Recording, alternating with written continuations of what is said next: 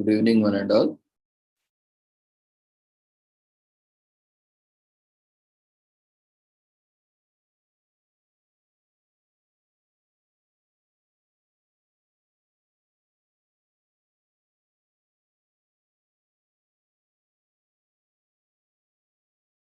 We welcome you all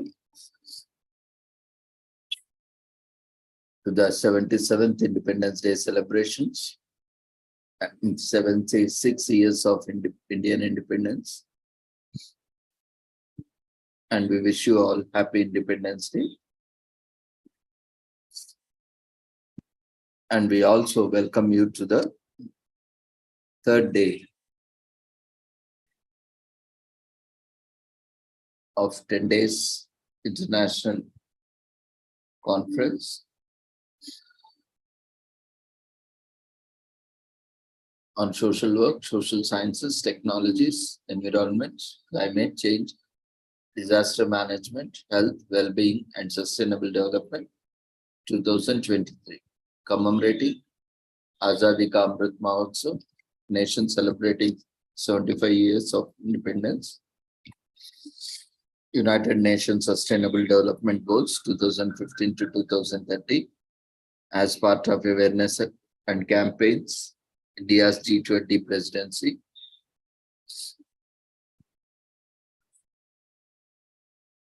and also National Social Work Week in collaboration with Sri Holistic Health Foundation India and Sri Research Institute Center for Arts, Sciences and Wellbeing, and other international, national fraternity. Before we start our sessions, let's take the blessings of Almighty.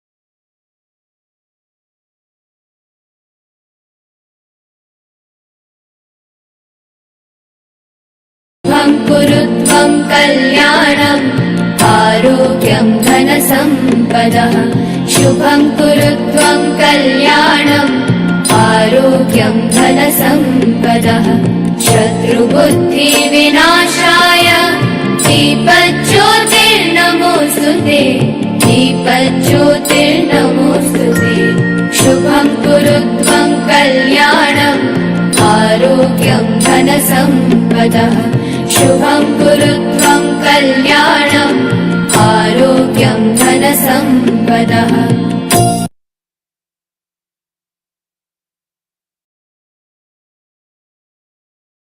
With the blessings of Almighty, we shall continue with today's session. Today, we are also commemorating 77th Independence Day, celebrating 76 years of Indian independence. Today, let's pay tribute to all the great souls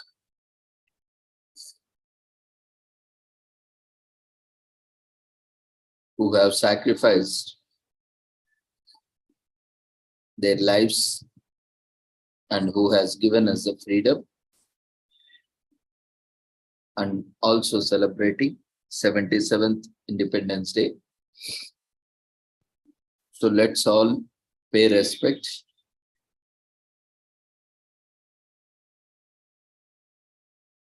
and let's hoist the flag, national flag, along with the national anthem. We request everyone, wherever you are, to pay respect to the national anthem and flag hoisting. After that, we'll proceed with the sessions.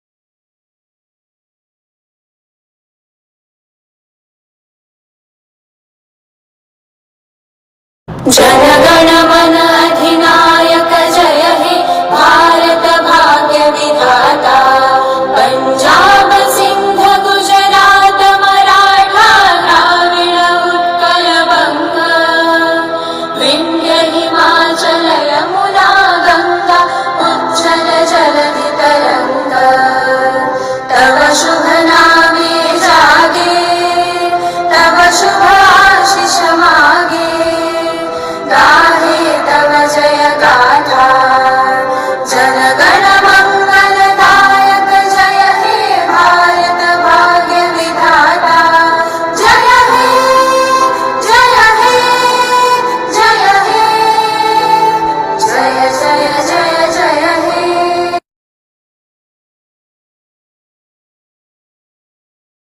Jai Hind.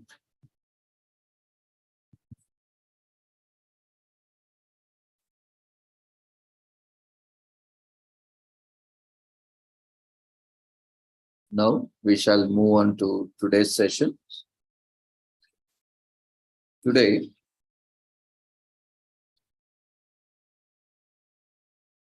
we will be looking at various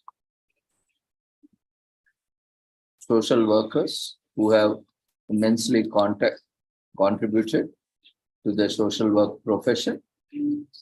And along with that, we have few presentations.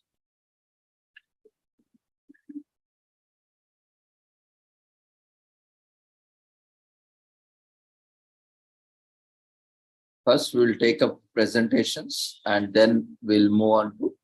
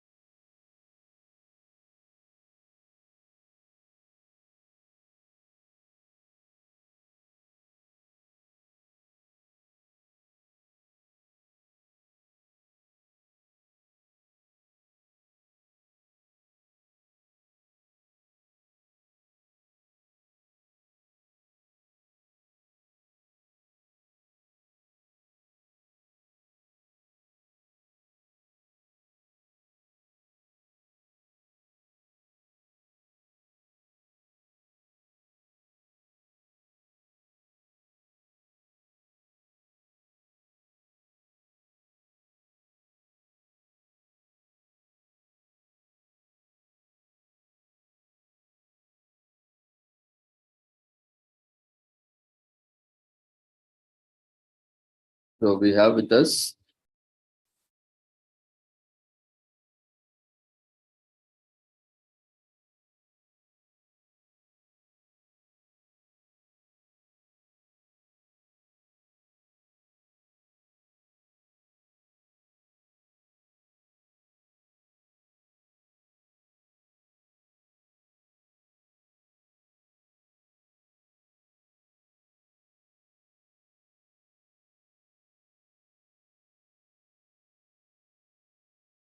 those who are willing to make presentations. We request everyone to share your details and topic and also complete your formalities before the presentations or before the conclusion of conference. It is mandatory. And we'll start with the first presentation with Ravichandran Ji. He's assistant professor.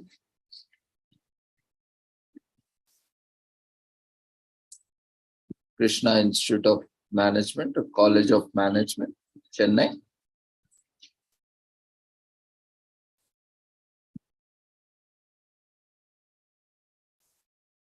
He would be presenting on individual perception, HR overview.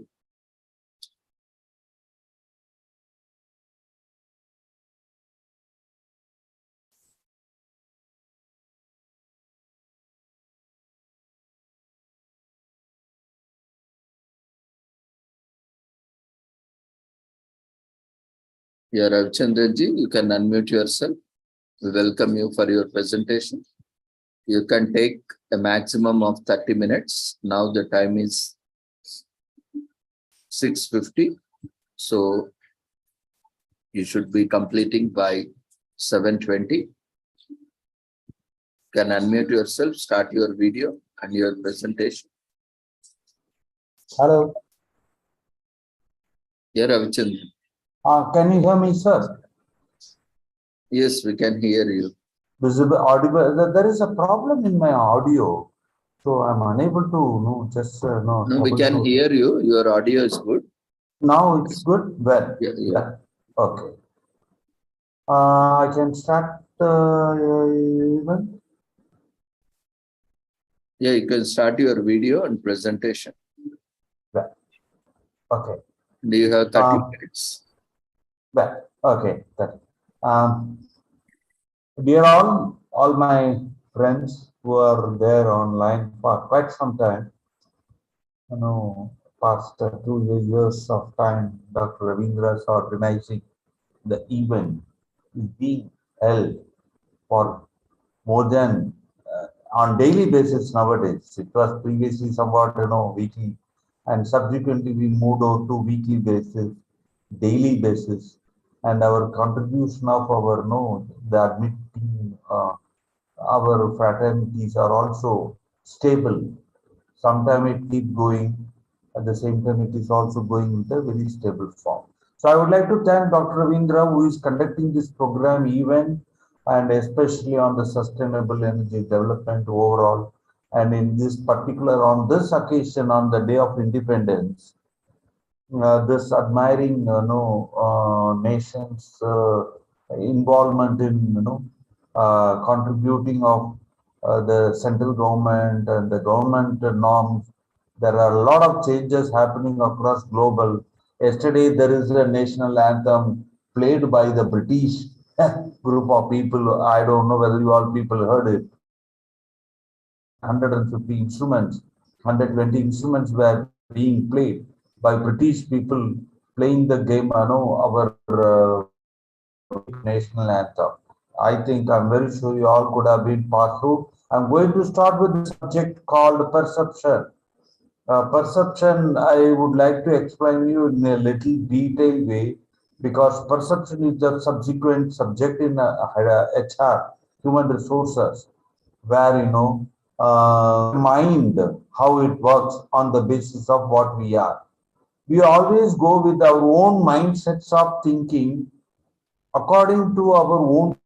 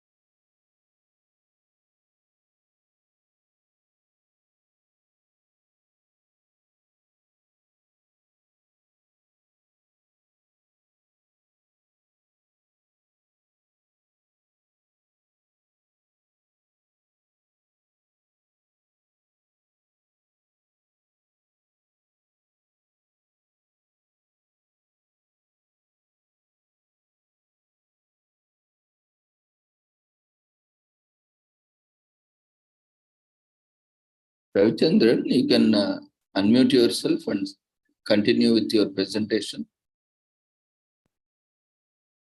I think you got disconnected.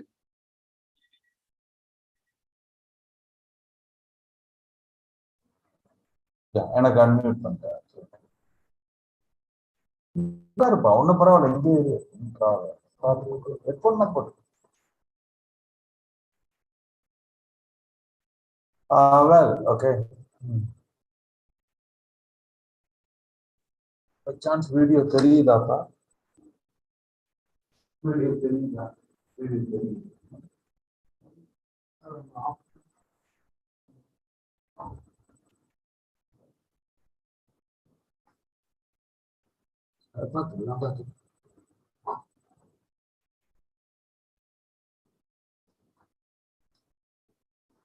அங்க அவர் பேசிட்டு இருக்காரு. Okay. Hello. Yeah, Ravichandran ji, please continue. Well, sir. Well. And sorry, there are some complications. You also passed through some. Can we proceed further? Yeah, please continue. We have other presenters waiting.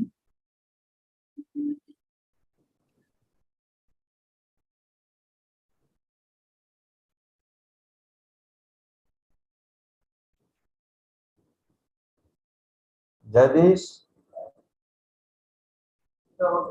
இந்த topic என்னன்னு நான் சொல்றேன். உனக்கு தமிழ்ல ஒரு வார்த்தை சொல்றேன், அப்புறம் நீ ஃபாலோ பண்ணு. அனுமானங்கள்.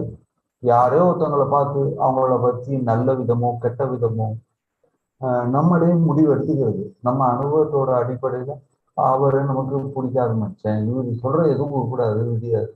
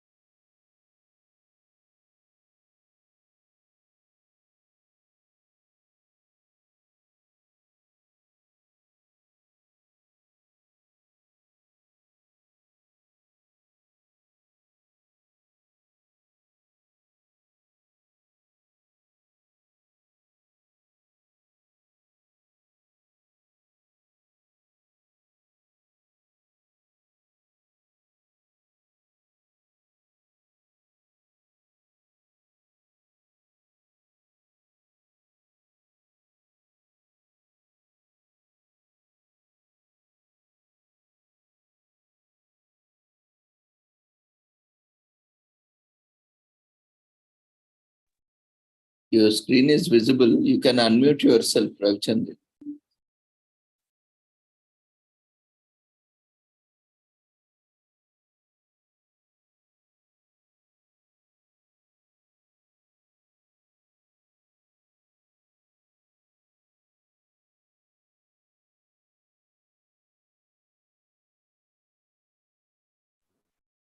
Is this fine now?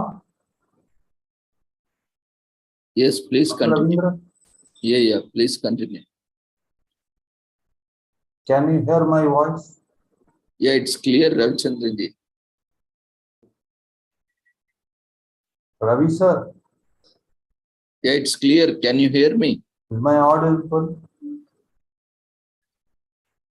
We can hear you. Well, okay, quickly I will. Today is something going beyond our control. Well, so introductory, as I said, the day of occasion, Independence Day, as it's, the understanding the concept of perception. Perception is the area which is quite complexity engaged into the mind of understanding, particularly. Mind of understanding. So let me start with, as an individual, In my discussion in overall, always I go with the HR overview. The reason is I'm the man who run the business of HR, human resources. My mind is all the time thinking, sleeping, eating, while awakening, or wherever, whatever source of thinking, including at my home. I usually speak of HR purviews. People are getting irritated to me. They always get you to giving too much of explaining. There is a change happens from everyone. Everyone keeps changing often and often. But at last, when you look into very detailed way, they don't change for you. Hope I am philosophically touching that. I think so. Everybody changes on the basis of their needs. Inevitable. It's quite inevitable. They would need to change it. They change it, but it is not changed, and you cannot change them. So that's all the perception individualities I'm going to talk about. Is the behavior based on the perception. The English is written over in front of you. Please read it carefully. I'm just showing you the screen to read it, but I want to explain you beyond this presentation slide. The world as it is perceived is the world that is behaviorally important. What we look at the screen, what we look at our mind, what we look at the social, the doctor is bad. Any hospital you go, doctor is a bad man. He is the devil. When you look at the policeman, you don't look at him as a smart, simple form. You always fear to the thief, like a thief. If I ask you to go to police station, will you go? Any of the interested to go police station? In the common society, they don't want to meet police. They don't want to see doctors. They don't want to go behind lawyers. They don't want to go to school teachers, faculties. All teachers are conducting tuition centers at their places. They all want to make business of money making. Lawyers are always cheaters. They are always given lies. And police are they are scoundrels. Or society life, bus running an auto driver is always a cheater, stealer. We all mentored. We actually got mentored our mind to practice why, how it is. It's an origin of our own driven thought by our parents, our mother, my father, grandfather, tata, party. Everybody teaches, don't see, if you do wrong, I will catch you, I will hand over you to police station. Police hand over police Oh, I'm giving a little Tamil suddenly, sorry to say about it, but still why I'm saying is, we are given a treatment of, these are the common society people are always behind of making us a wrong decision. That's called perception. Well, I'll go to the next slide. I want to explain you how do we view and interpret events and situations in the world about us. Why? It's quite important. Let's explain. A man standing near a car. A man standing near a car wearing a Ray-Ban glasses and wearing the beautiful jeans, and externally costliest car is more than 75 lakhs worth of a car standing near to, and he's such a stylish man with a fair skin. Any of them having a fair skin, they are always genuine. I don't know. This is what the belief of India. Anybody standing a dark personality, different. A smart man, fair skin, all he's a good man. Whatever he says, talk. Right. Now he's standing near to it, and the moment he was standing, there are some chicks or boys standing near to the location, saying, see how such a beautiful man, personality man, standing near to the car, and he's having so costly 75 lakhs worth a Ferrari car. The Ferrari starts with the 85 lakhs minimum. So now, assuming the situation, what happens, and there are some girls want to catch hold of him. They want to go along. It's a life of Pune and Bombay. It's not like Chennai. Okay, sir. I'm giving you a little more extra, hypothetical. Now they want to try what is he, and they go and check with the security near who is this guy standing so handsome, very personality man. And suddenly there is one man coming from the office building and coming out, and he's just boarding into the car. He's actually coming out and boarding into the car. The man who was standing near to the car, fair personality, took the car and went off. The story is completed. Now the security man says, he's a driver. Actually, he's a driver. He's not the word. He said he's a driver. The man who came, he was inside office and was doing some business active and came back. And now what we did as our mind says the one who stands near to the car is the owner. Similarly, everything you take a decision on your own thought, inner thought, taste, sense, introvert plus. Look at the slides. Introvert pulse. All are quite relevant to the perception area. Perception is a very complexity where you need to learn by what way? By what way mostly? By only by your experience. By only by way of a lot of engagement in the social, engagement in your office, engagement in your overall social life. Unless until you learn anything, all the time you are the one and the blue moon in the world, and you are all the sky man and rocket man, you will say everything is wrong. Everything is wrong. I'm the one best. I'm the one best. And whatever decision I made, that's correct. A Tamil Nadu man behaves like this. Andhra man behaves like this. South Africa people behave like this. Americans are always, stud. Stud mean, they fight for it. They are very, Australians, they are very soft speakers. I have seen several Australians. I have seen a lot of, island country people when I was in employment. Sweden people, European people, Scandinavian country people, they are quite simply live. Quite simply. My office when I was in Delhi, I interacted with larger Scandinavian and European small countries. They are very soft spoken. Americans are very aggressive. They are very aggressive, very fast, like Delhi people. At my home, my people used to call me a Tamil word called Delhi Eruma, because I behave like a Delhi man.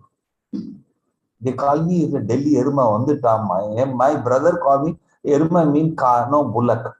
Why I'm saying is this: Delhi people live like this, Bombays are like this, Chennai people are like this, and Chennai, Malayali behaves like this. We all come with our own mind thought, nothing on our experience. We go with our own decision making. Well, so I am said perception is a process by which individuals organize and interpret their sensory impression. Look at the word called sensory impressions. Sensory impression, your mind is always registered. On what ground? Your school teacher, your mother, your father, all given your thought. The preacher inside the church, inside the temple, inside the namaz, they are all not good. They are all stealers. This is a kind of our mind engaged into the perception thinking.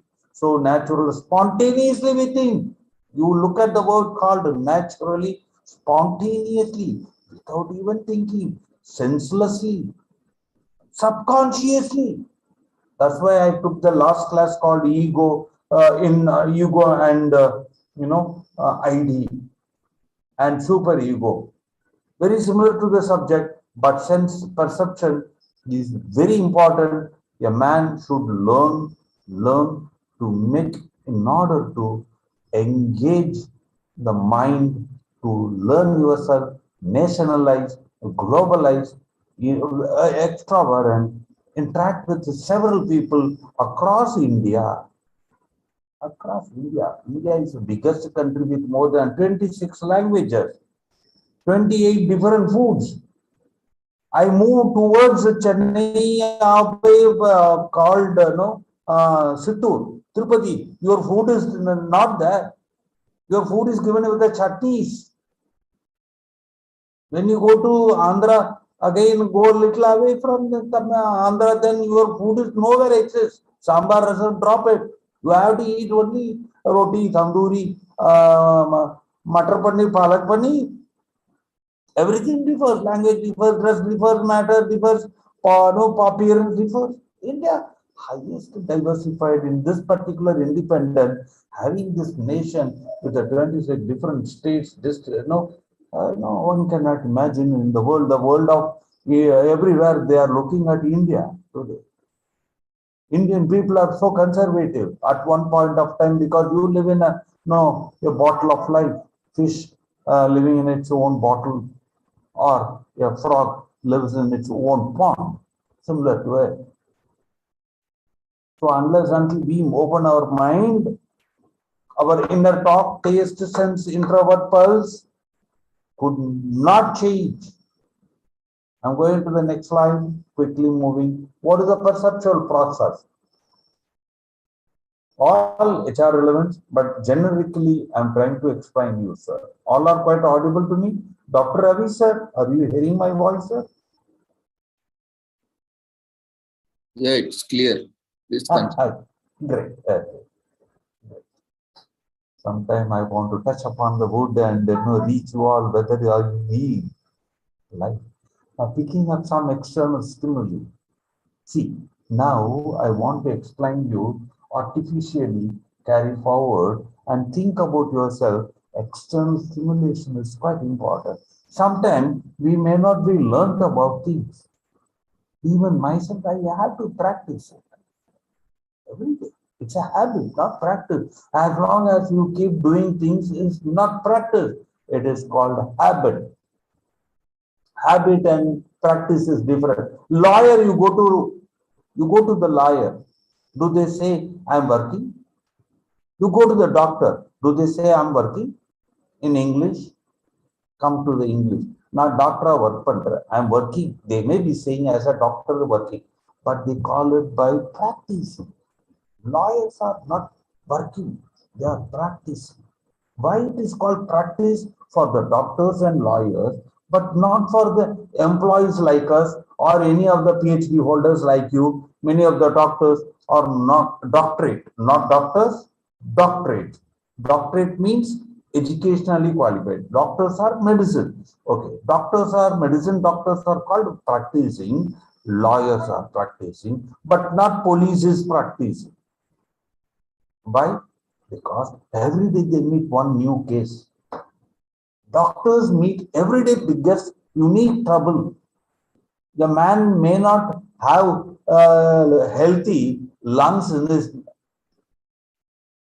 body, but he will be drinking daily. There is a man who is having highest cholesterol, but he eats everything and he lives peacefully without any trouble. But when he goes to the doctor and checking his blood level and everything shoots up, even including the doctor gets shoot up, but the man guy is so cool. He eats every oil foods, everything. He lives so peacefully, pleasantly, nothing cared about. There are several village people having a blood BP, sugar, thyroid, all issues. But they eat whatever they feel. They drink daily. They drink including water daily. I said first is the liquor. Second, I said the water. Sometimes they drink water also, the village of Tamil Nadu of today. Why I said this, he is not facing any trouble in the health consequences, but at last, when he goes and gets alerted, gets feared, naturally everything pops out. Everything pops out. and doctor catch hold of him. He gives a BP medicine, pressure medicine, sugar medicine, everything. The medicine goes selling out. So anyway, why I say this, the mind of perception engage into the naturally your characteristic and attributes and personality, everything differs over a period of time by way of practicing and habiting yourself. Habit and practice, I can give you different classification later. Well, I'm going to the next slide now.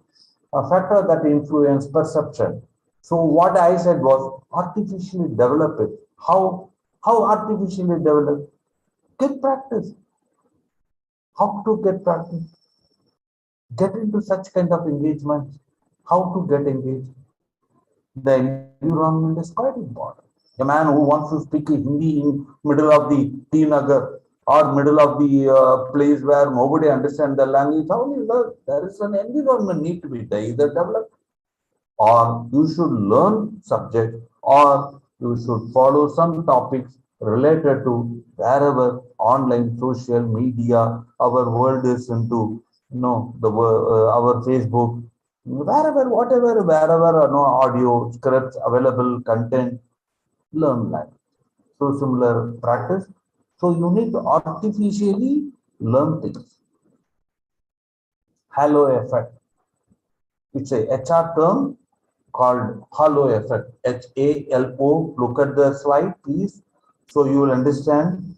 Halo is again, what did I explain you? Without even thinking of anything, without having a mind of understanding, you become expertise and keep blabbering about the government. Government is giving you such good new practices, good new schemes. I never abuse government.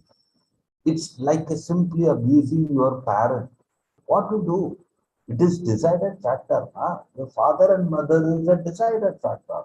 Similar to it, either you took a money of 250, 500 rupees from the ADMK, DMK or BJP, whatever the political ground, and you voted them upright, you got them online of the government running, then how can you blame them? You need to live with them like 5 years, sir. So whatever government is giving you, you need to understand, go with the realistic understanding, talk about it, go with it.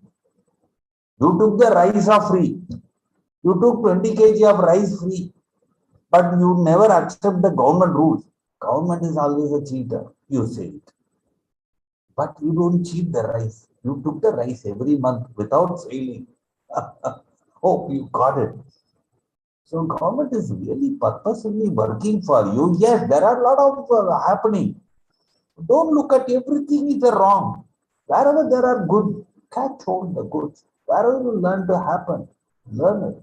Your experience matters. Halo effect is a very simple. Nothing you know, but you decide things.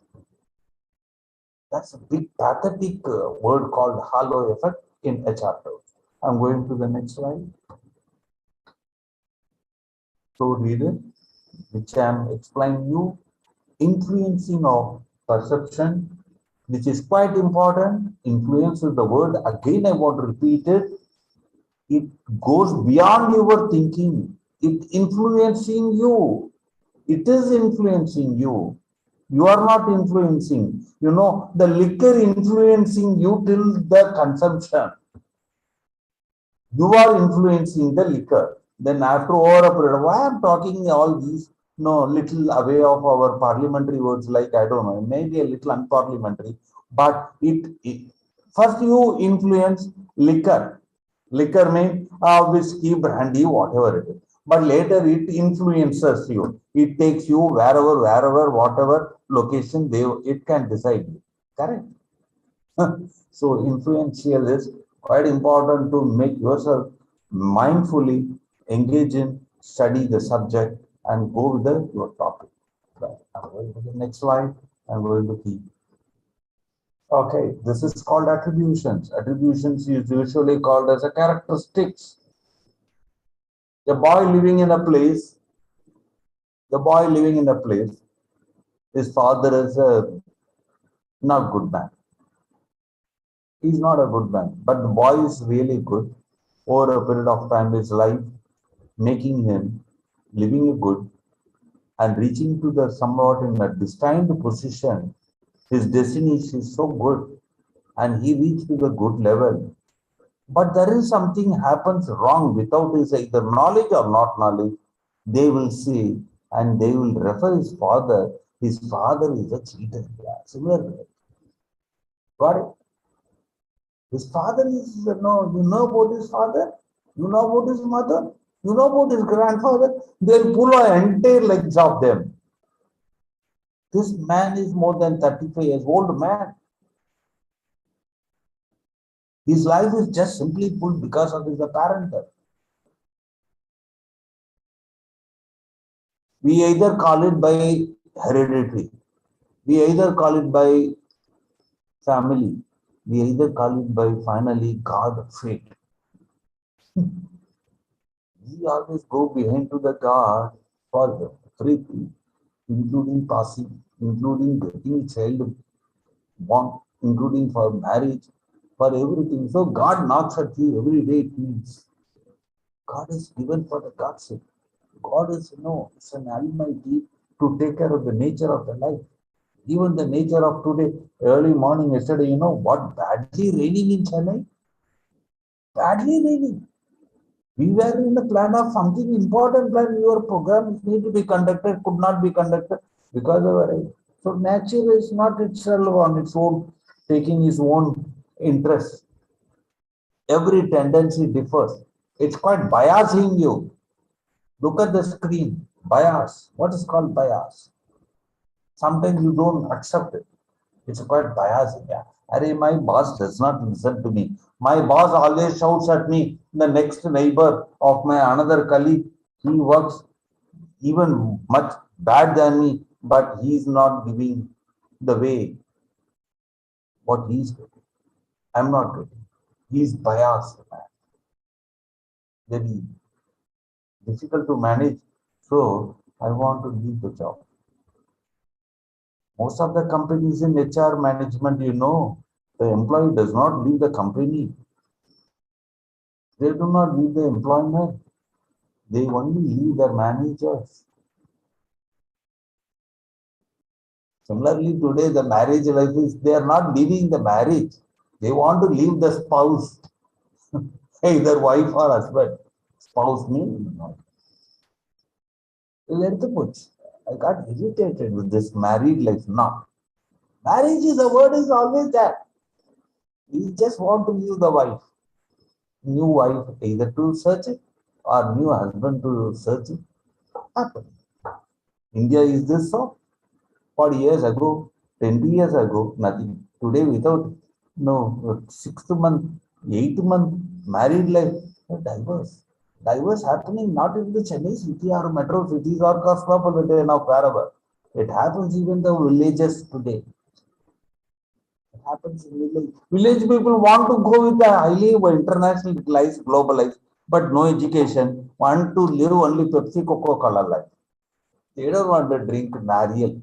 They don't want to drink coconut water. They don't want to eat kanji or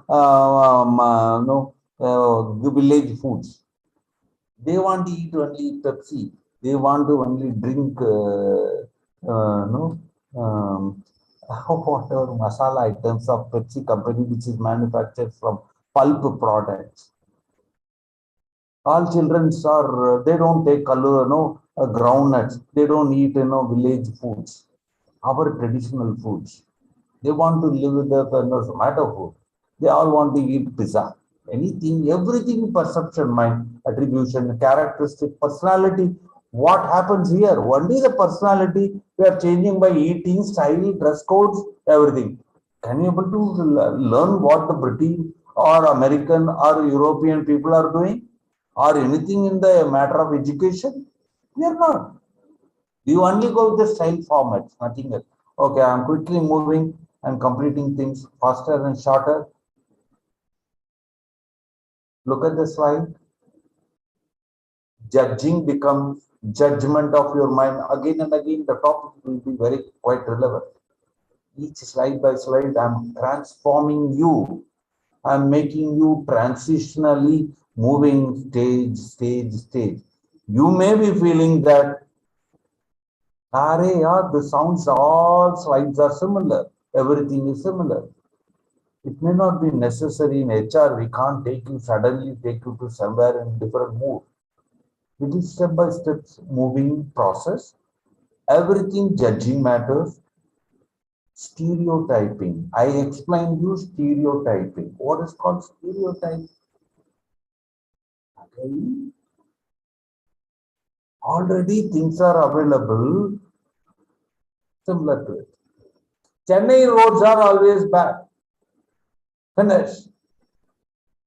Chennai people are scoundrels. They talk nonsense Tamil.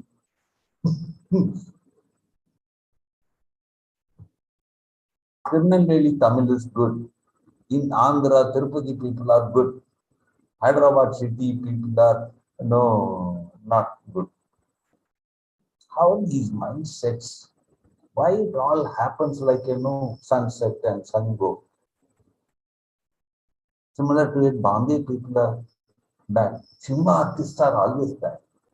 Even there is a God in there.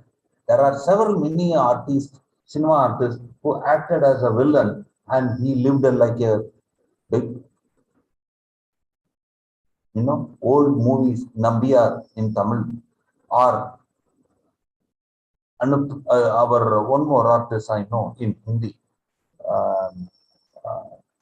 They act only in the villain roles, but in their personal life, so different. There is one personality in my Tamil Nadu I know, Nambiyar. He acts against MGR. MGR is nothing I want to say about. His personal life is so pathetic. Very bad approach on many grounds. We know it. But Nambiyar is a God believer. He'll always go to the Sabarimala every year. Not going by Sabarimala is a good bad, but in his lifestyle, I know several things. Like one more cinema artist, Jai Shankar in Tamil. In cinema industries, Amitabh Bachchan cannot be nearable. Nobody can near to him.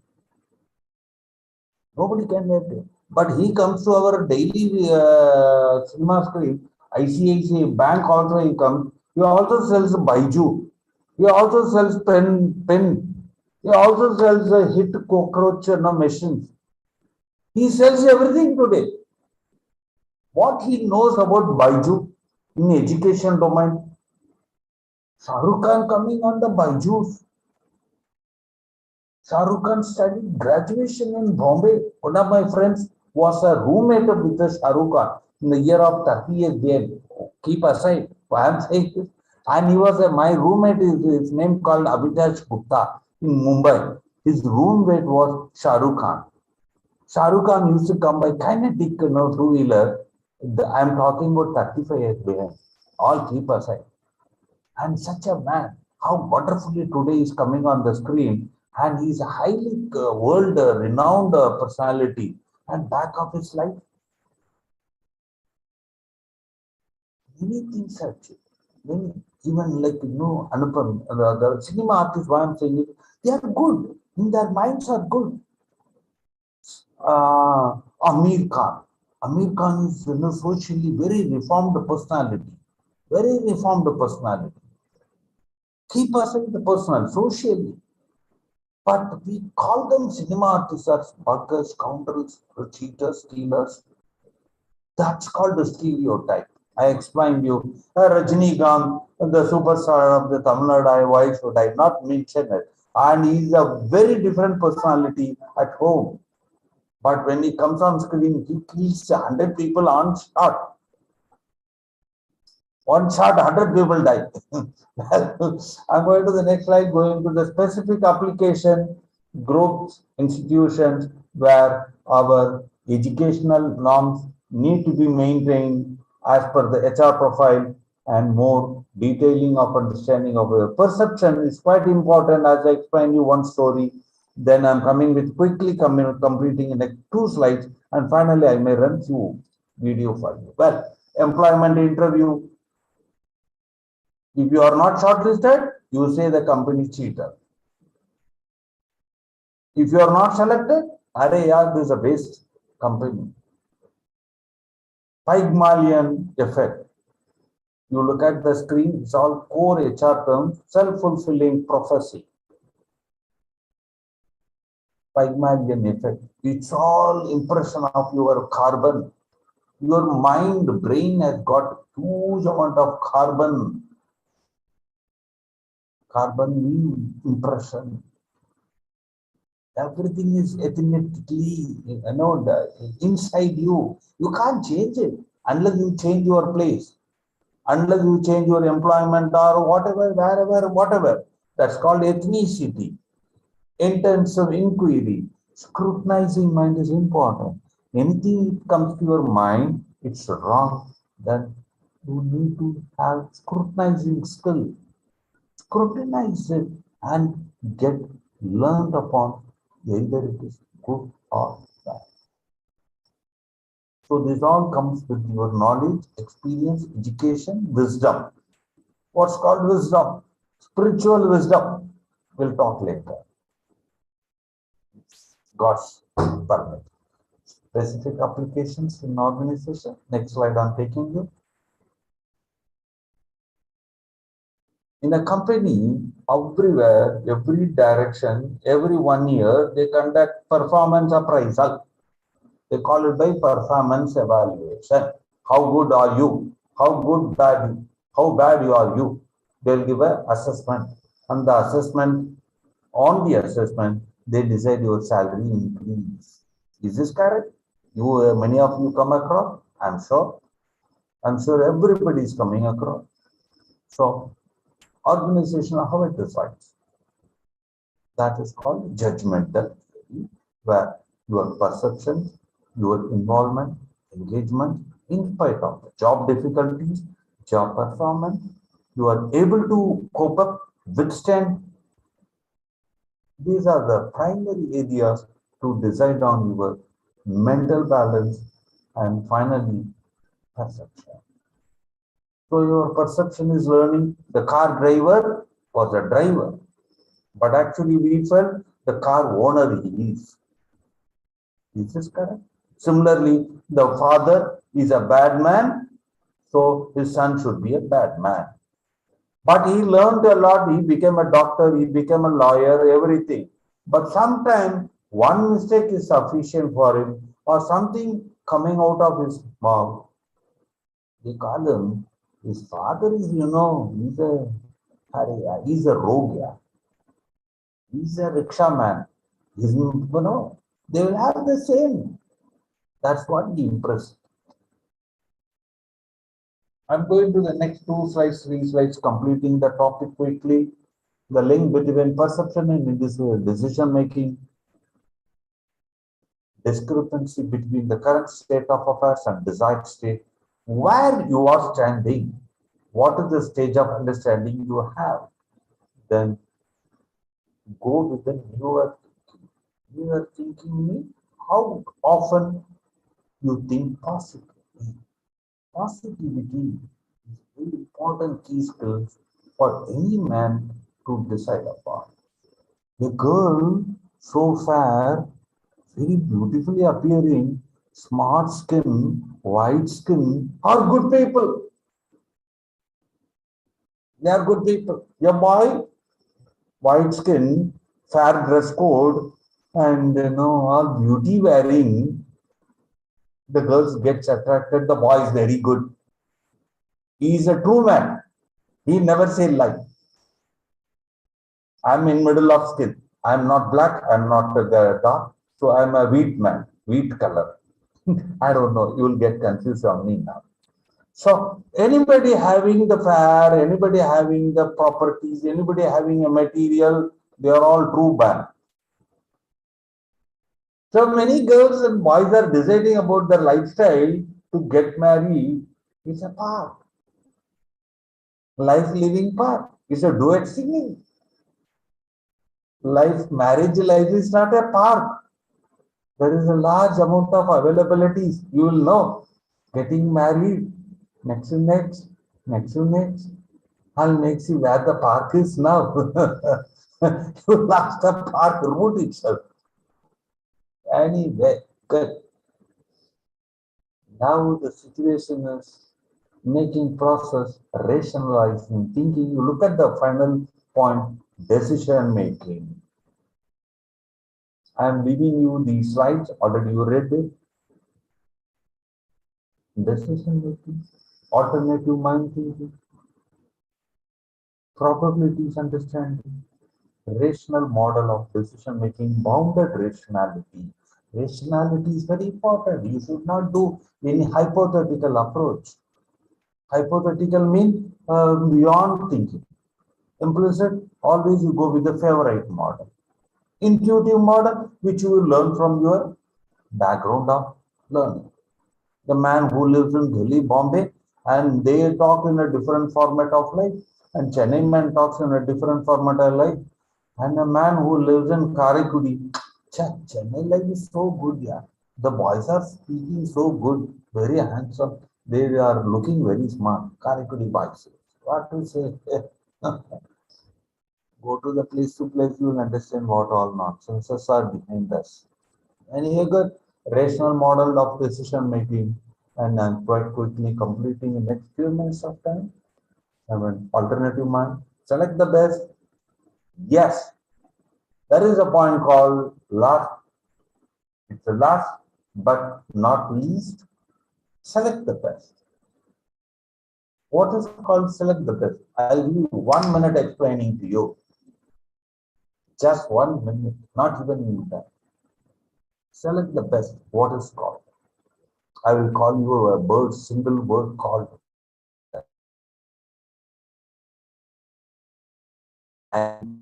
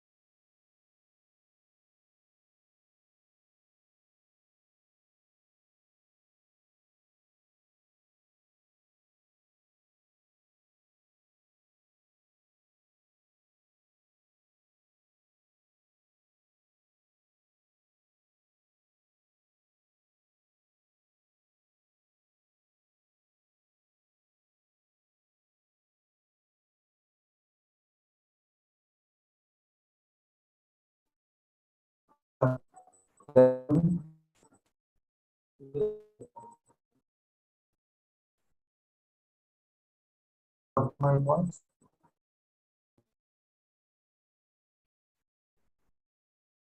Yes, sir. I would probably complete in next session is almost complete now, sir. Dr. Ravi, sir. Yeah, thank you, Ravichandran. Congratulations. Transcendence is the area called oneness. You are transforming to newer learning. On the basis of it, you decided the best. You have decided the best. And I would also ask you to watch a movie named called Transcendence in English movie. You look at the movie, view the movie in YouTube or wherever. Movie name itself called Transcendence. You will understand what is transcendence. It's a very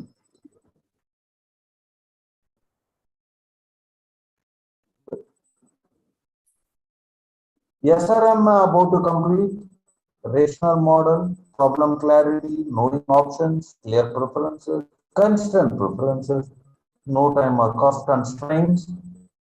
People choose maximum.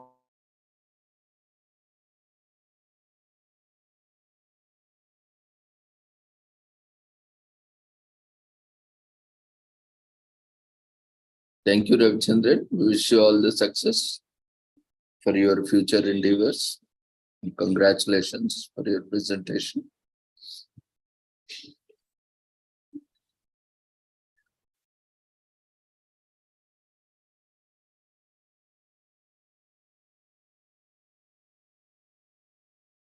Dear participants, quickly fill up the feedback form for session 1, and we will be moving on to our next session by Nasreen.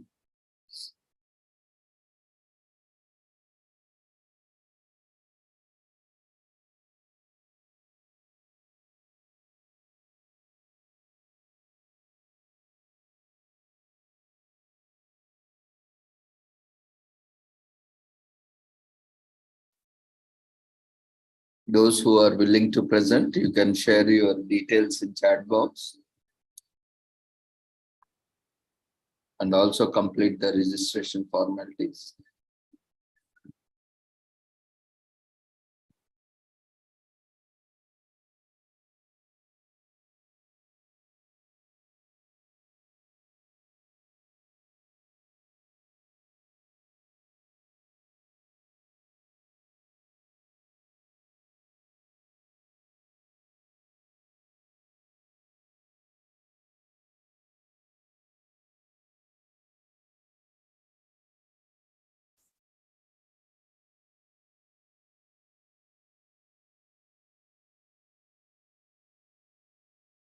Nasreen, once you have you complete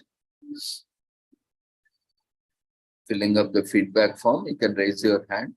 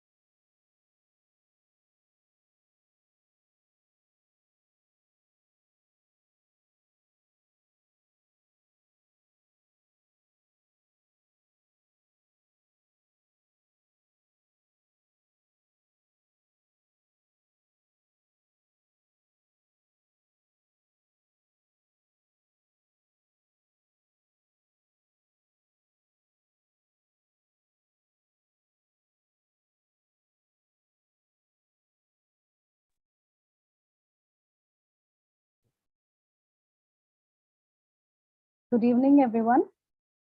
Hello? Hello, sir, can you hear me? Yeah, now you can start your video and presentation with your introduction. Yes, sir.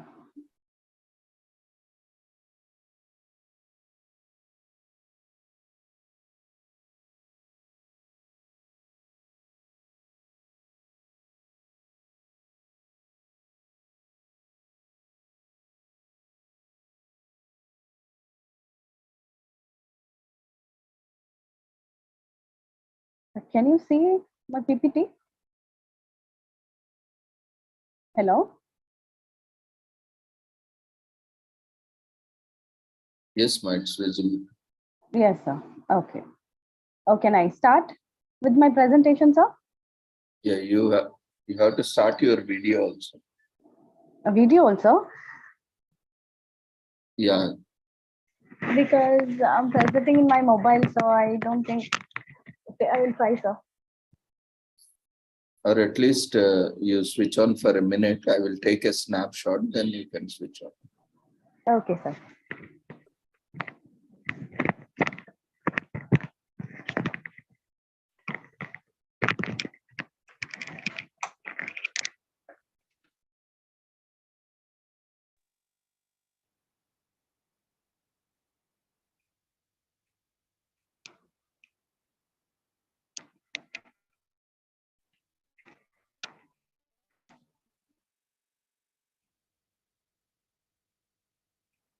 You can continue with your presentation. Yeah, sure.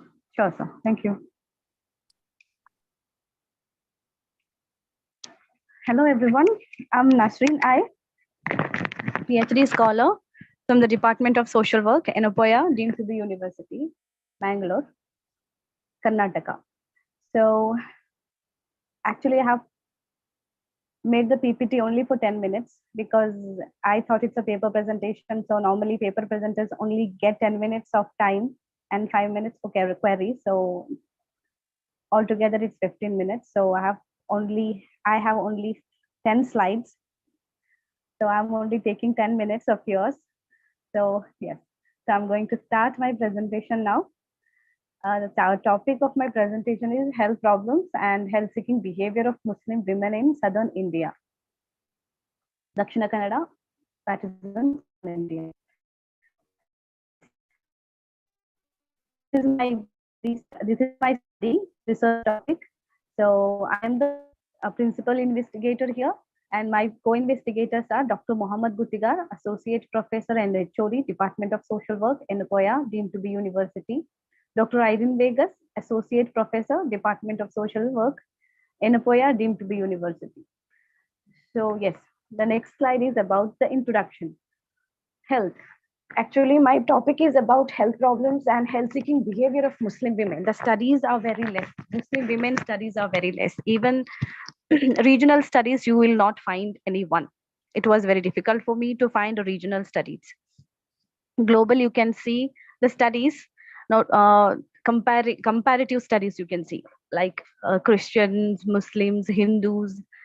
No, only women, only the study on Muslim women's are very less. So I found little difficult to find the article on only on Muslim women. So yes, and you can see that introduction. Health refers to the complete physical and social and mental well-being, and not mere absence of disease or infirmity. So from decade onwards, women's health is a global concern. Yes, of course, it's a global concern because women health is very important. If women will not work at home, or she will manage both, even at home and in the workplace as well. So that is a global concern actually. So women, uh, because of their reproductive health problems, their gynecological problems, because of their pregnancy, because of the malnutrition, because of this poor financial condition, accessibility, availability of the resources, the proper resources. So through men and women have the same health problems, but women have specific problems, specific issues, and they need more care, more attention. The specific issues like pregnancy, menopause, gynecological problems, including urinary fibroids or pelvic floor disorders. So the review literature, the low socioeconomic conditions of the women had an adverse effect on their health. I already told you financial backwardness, accessibility, and availability of the resources, services were hindering them to seek the health care. There are various studies conducted in various countries, different countries. So I have added a few here. The study conducted in Qatar found that there was a significant relationship between income level and health awareness among Arabic women living in Qatar. A study conducted in Kenya on the health-seeking behavior shows that there are factors which determine the healthcare behavior of the individuals. The factors like already told you, financial backwardness, access to proper transport facilities, and support from their spouse, support from their in-laws, and tradition as well. Tradition also plays an important role here. Inadequate health information, like cost, gender issues, and distance to cover were the causes of the reduction in the demand for healthcare. The objective of my study is to explore the health problems and out-of-pocket expenditure on health-seeking behavior of Muslim women. So these are the material methods, study design, and data sources. A cross-sectional exploratory study was conducted among Muslim women in Mangaluru, Karnataka. I have included 5 taluks of Dakshina Kannada, that is Mangalore, Puttur, Bantwal, Beltangadi, and Sulya. This is the semi-structured question. I have used the semi-structured questionnaire for my study, and there are total 369 Muslim participants were recruited in the study. The households are selected using two-stage stratified random sampling strategy. The age of the participants were between 21 to 65 years. We'll go to the results. We see the results. The table number 1 shows that the distribution of study participants based on the association between health problems and health seeking behavior. So I have the statistical analysis.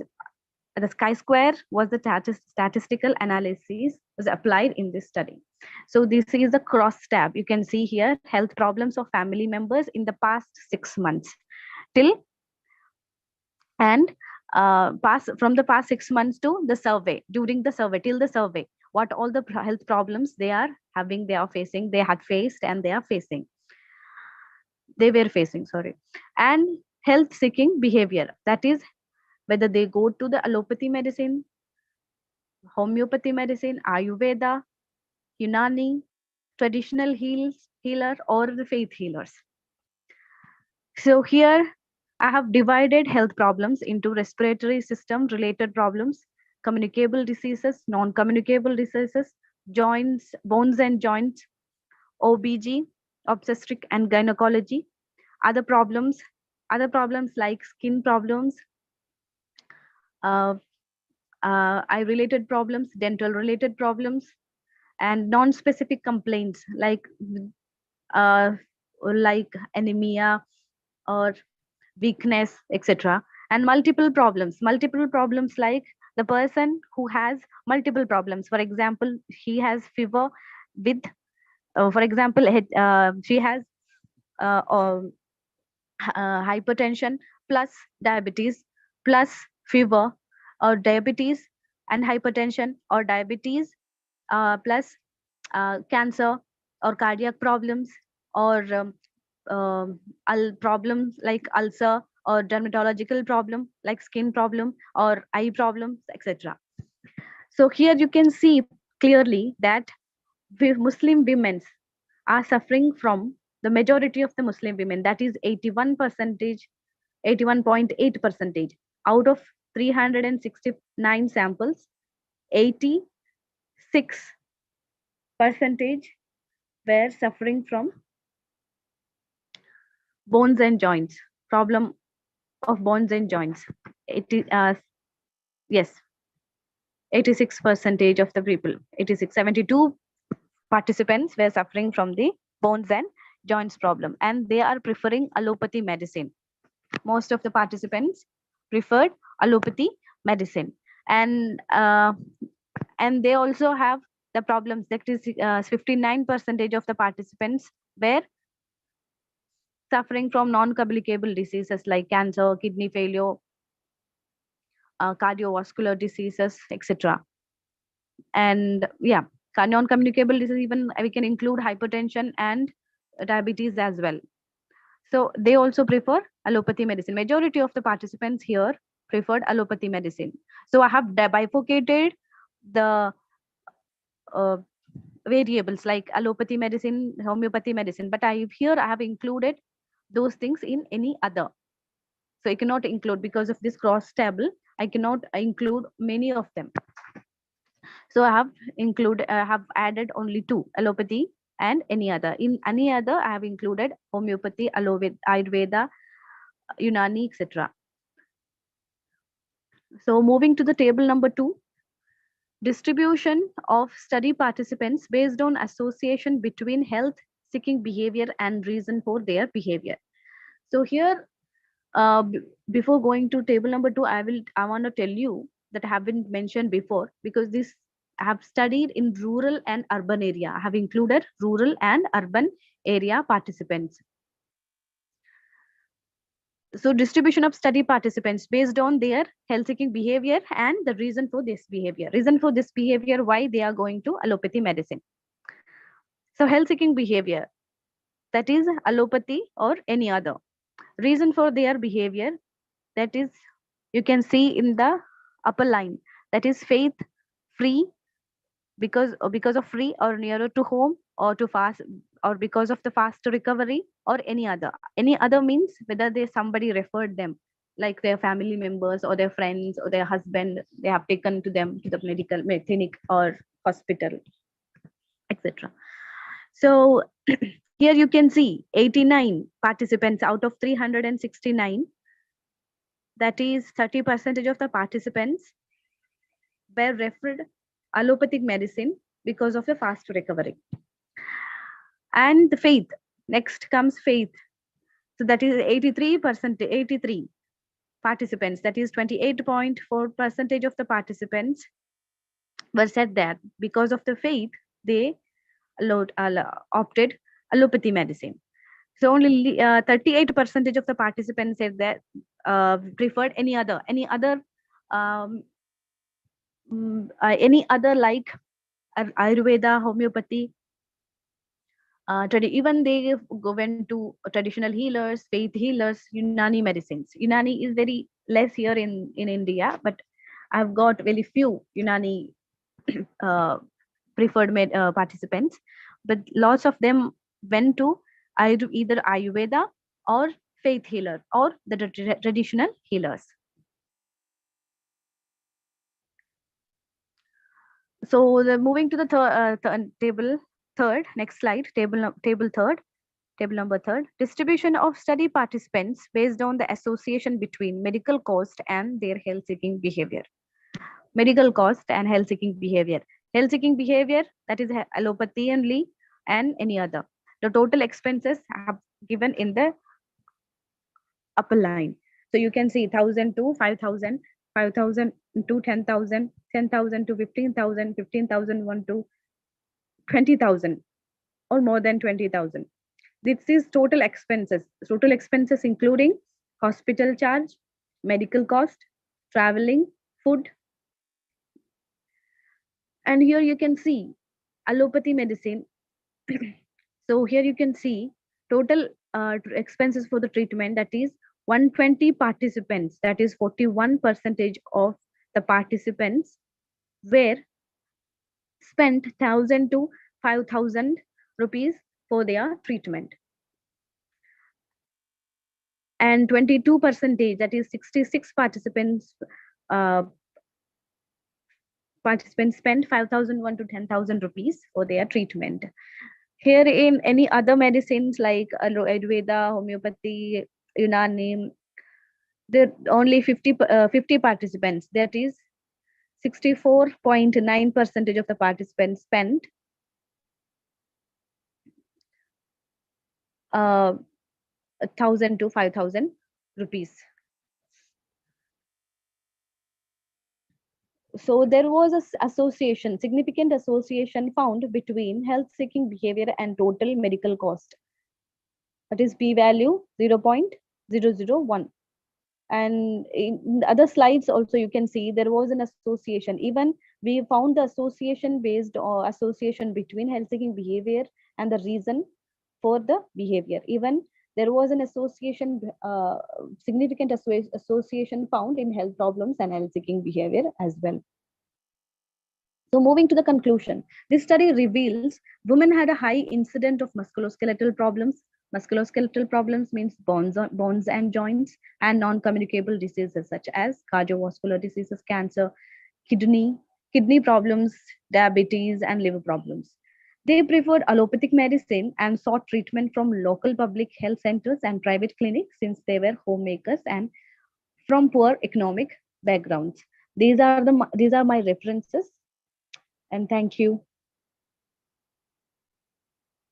Any queries?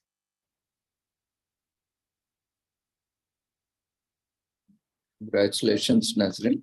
Thank you, sir. Well presented.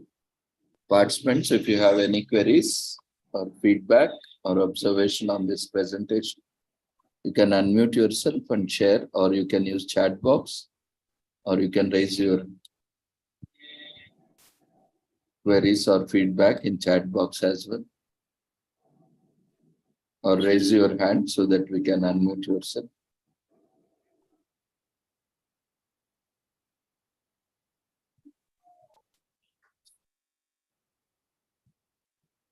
There are no queries, I think, as of now. There are few appreciation messages. You can stop sharing. Yes, sir.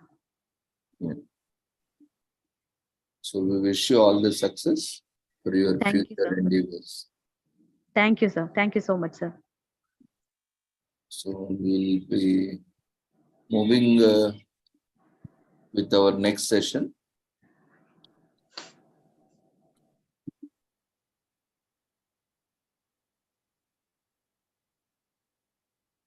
We have with us Dr. Chandrakala Diyali. She is a senior assistant professor from Amity University.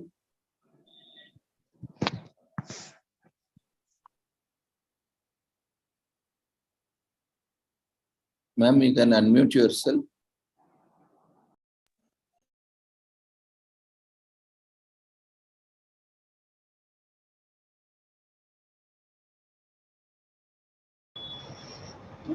Yeah, good evening, Ravindra sir, and good evening to all the participants, all the dignitaries who have presented before me. And I am extremely thankful to Ravindra sir as an organizer, team organizer, to have invited me for presenting my thought.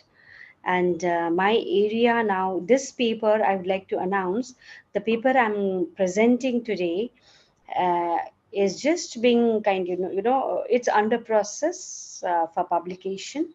I've given to one very popular journal, which is looked after by the social worker fraternity. So my the title of my paper is the title of my paper is Spirituality and Professional Social Worker, an interface with reference to the historical philosophies of India. See, spirituality, when we are talking about, spirituality has its, deep values, The same way social work as a profession, every profession that we are in should have intrinsic value, then only that profession would grow and become very sustainable. And not only that, in order to become sustainable, you need to build integrity among the people, because those who are serving, who we are serving to, our society, right? So in that case, every profession should have, and they have. And till now, social work, we do not have a council as yet. But yes, we are being covered under one national level organization, that's NAPSWI, and at the international level, NASW. So we are, we have derived, like spirituality, it is all spirituality is based on all righteousness or righteous values, that we have been knowing. And every individual, whichever community, caste, locality, whichever part of the world we are from, we know about spirituality, and we know about the values, because we share, some values are very universal in nature, so we share those values. The same way, social work as a profession also have, you know very important values. The first value, that is service. Second is social justice. Third is dignity and worth of the person. Fourth is importance of human relationship. Fifth, integrity. And sixth one, competence. Now, as far as service is concerned, as see, spirituality, it teaches us to serve the humanity, to serve our nature, that's how we've been practicing as an Indians, or from any civilization. We are very important human value is service, until we are, and our nature itself shows, our prakriti itself, it exhibit that, it is so serviceful that it doesn't demand anything back. It's just that human being, this human population are being given so plentiful in terms of land, air, water, and everything is so freely available in nature. It's just that while we are enjoying all these services from nature, we've got to be very careful to maintain it. We've got to keep it sustainable, and that's where the integrity of human population comes from. That's where the values, the value come. That we've got to give the service back to the, I mean, how can we give back to the nature is by maintaining it, so that we take care, by taking care, protecting, preserving, conserving. So the same way spirituality also teaches. And as I already told you that as far as spiritual leaders are concerned, I have got few spiritual leaders who have and they all belong to low socio-economic cultural background, and they have given so much to the society. And I'm just coming to that. Actually, it's a long paper. Let me just open it. Yes. So when it comes to service, Kabir Sahib, he, I mean, he lived from 1398 to 1518, and Kabir Sahib, actually he is from Muslim parents. Oh, no, no, sorry. Actually, the history tells us that he belongs to uh, Brahmin, family, but he was then adopted by, he was, I mean, some circumstances were there. He was abandoned, and he was, adopted or found by this Muslim couple, and they brought him up. And he has this amalgamation of both the Brahminical or Hindu, culture is deeply enrooted in his personality and in his, spiritual teaching. And then mm, whatever he learned from his parents who brought him up, he has inculcated those values also. And he has given, if you say, I mean, he doesn't need any introduction to Indians or any part of the world. People would know that Kabir Sahib is so famous for his, you know, couplets. So it's not known as Shabdas and Shakis, right? And he said that I do not, he used to teach. He never used to go to any religious places, either it could be mosque or temple. He used to preach and teach people in the open, field, in the open area. And he used to invite every, actually, mosque, or any, the particular specific religious, place,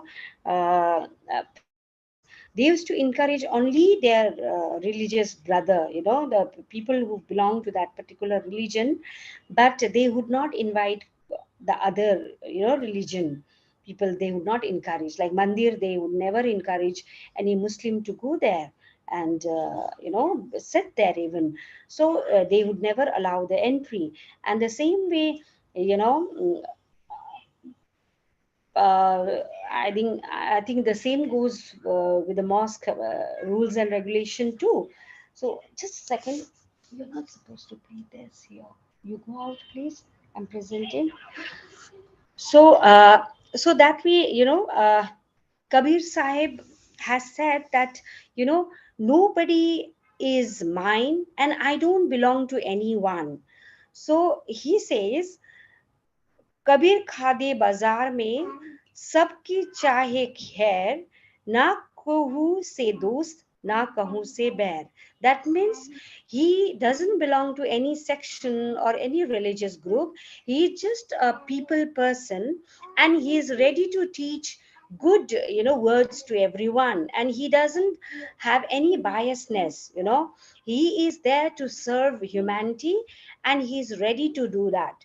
And if his words or his teaching is going to benefit even an individual or a whole community, he is happy about it. If 10 people join him in his teaching, he's so happy about if he's teaching. He says that if I'm teaching to 100 people, and if among that one person changes his way, for his betterment or for the betterment of the family or community, then oh, just a second. So just so he says that same way social work professionals also should not hold any biasness.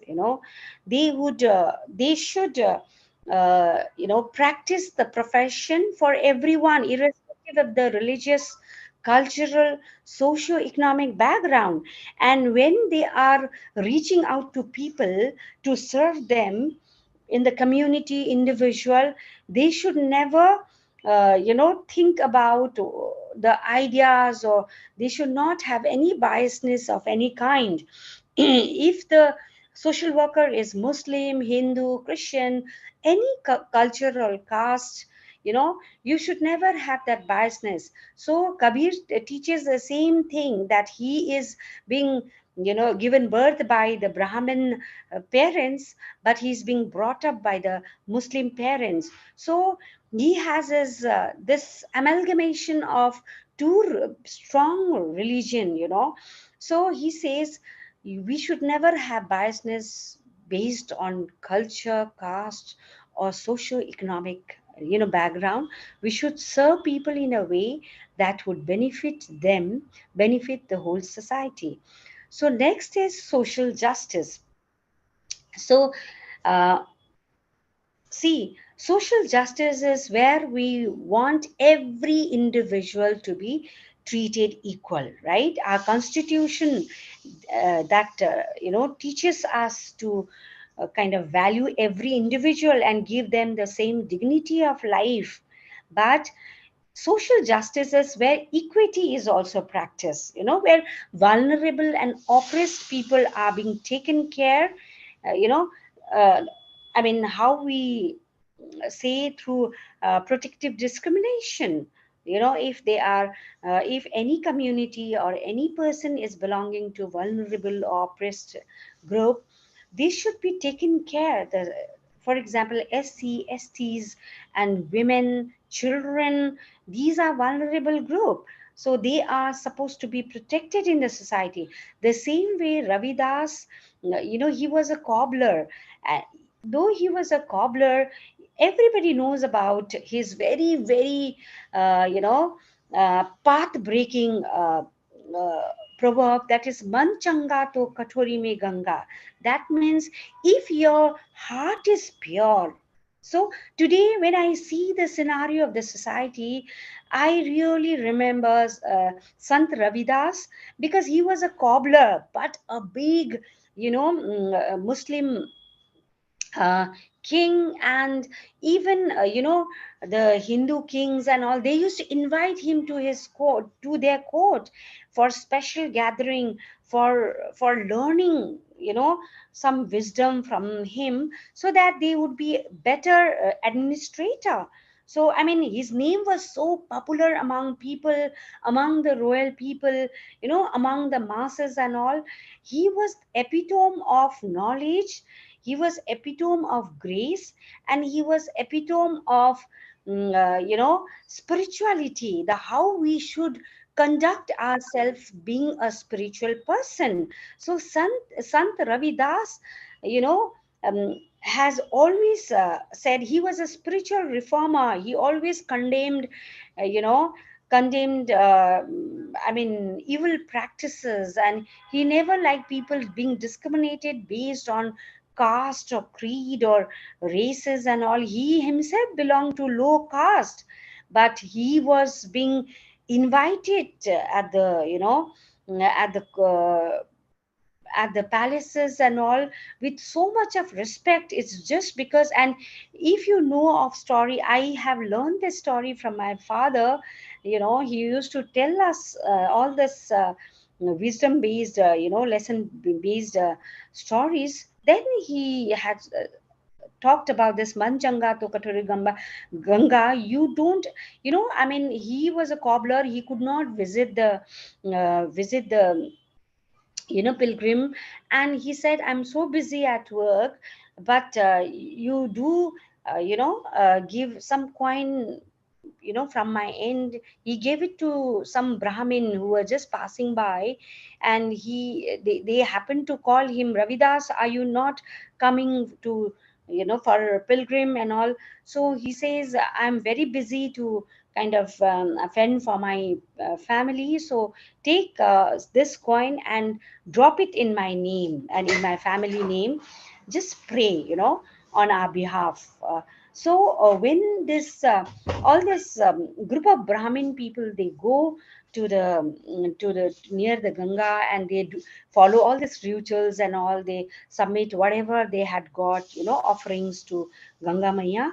And then finally they happen to remember that even that cobbler, tuch cobbler like Ravidas had sent some coin. So they just they said, let us just drop this. They throw the coin, and suddenly the Ganga Mai hand comes up, and she receives that coin, and she says, give this golden bangle to Ravidas, because he is my favorite disciple.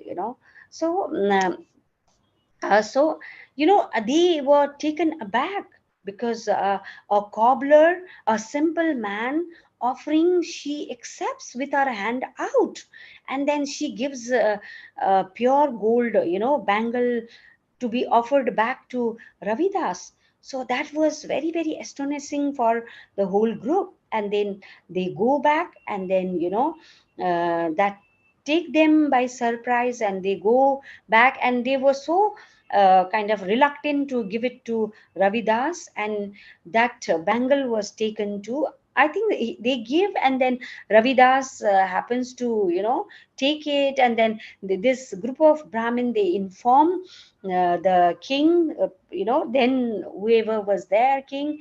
So then king comes, and then they just happen to just say that, yes, I mean, we don't believe that Ganga Maya has given him this gift back, but he must have taken from somewhere and all. Such kind of some allegation was put against him.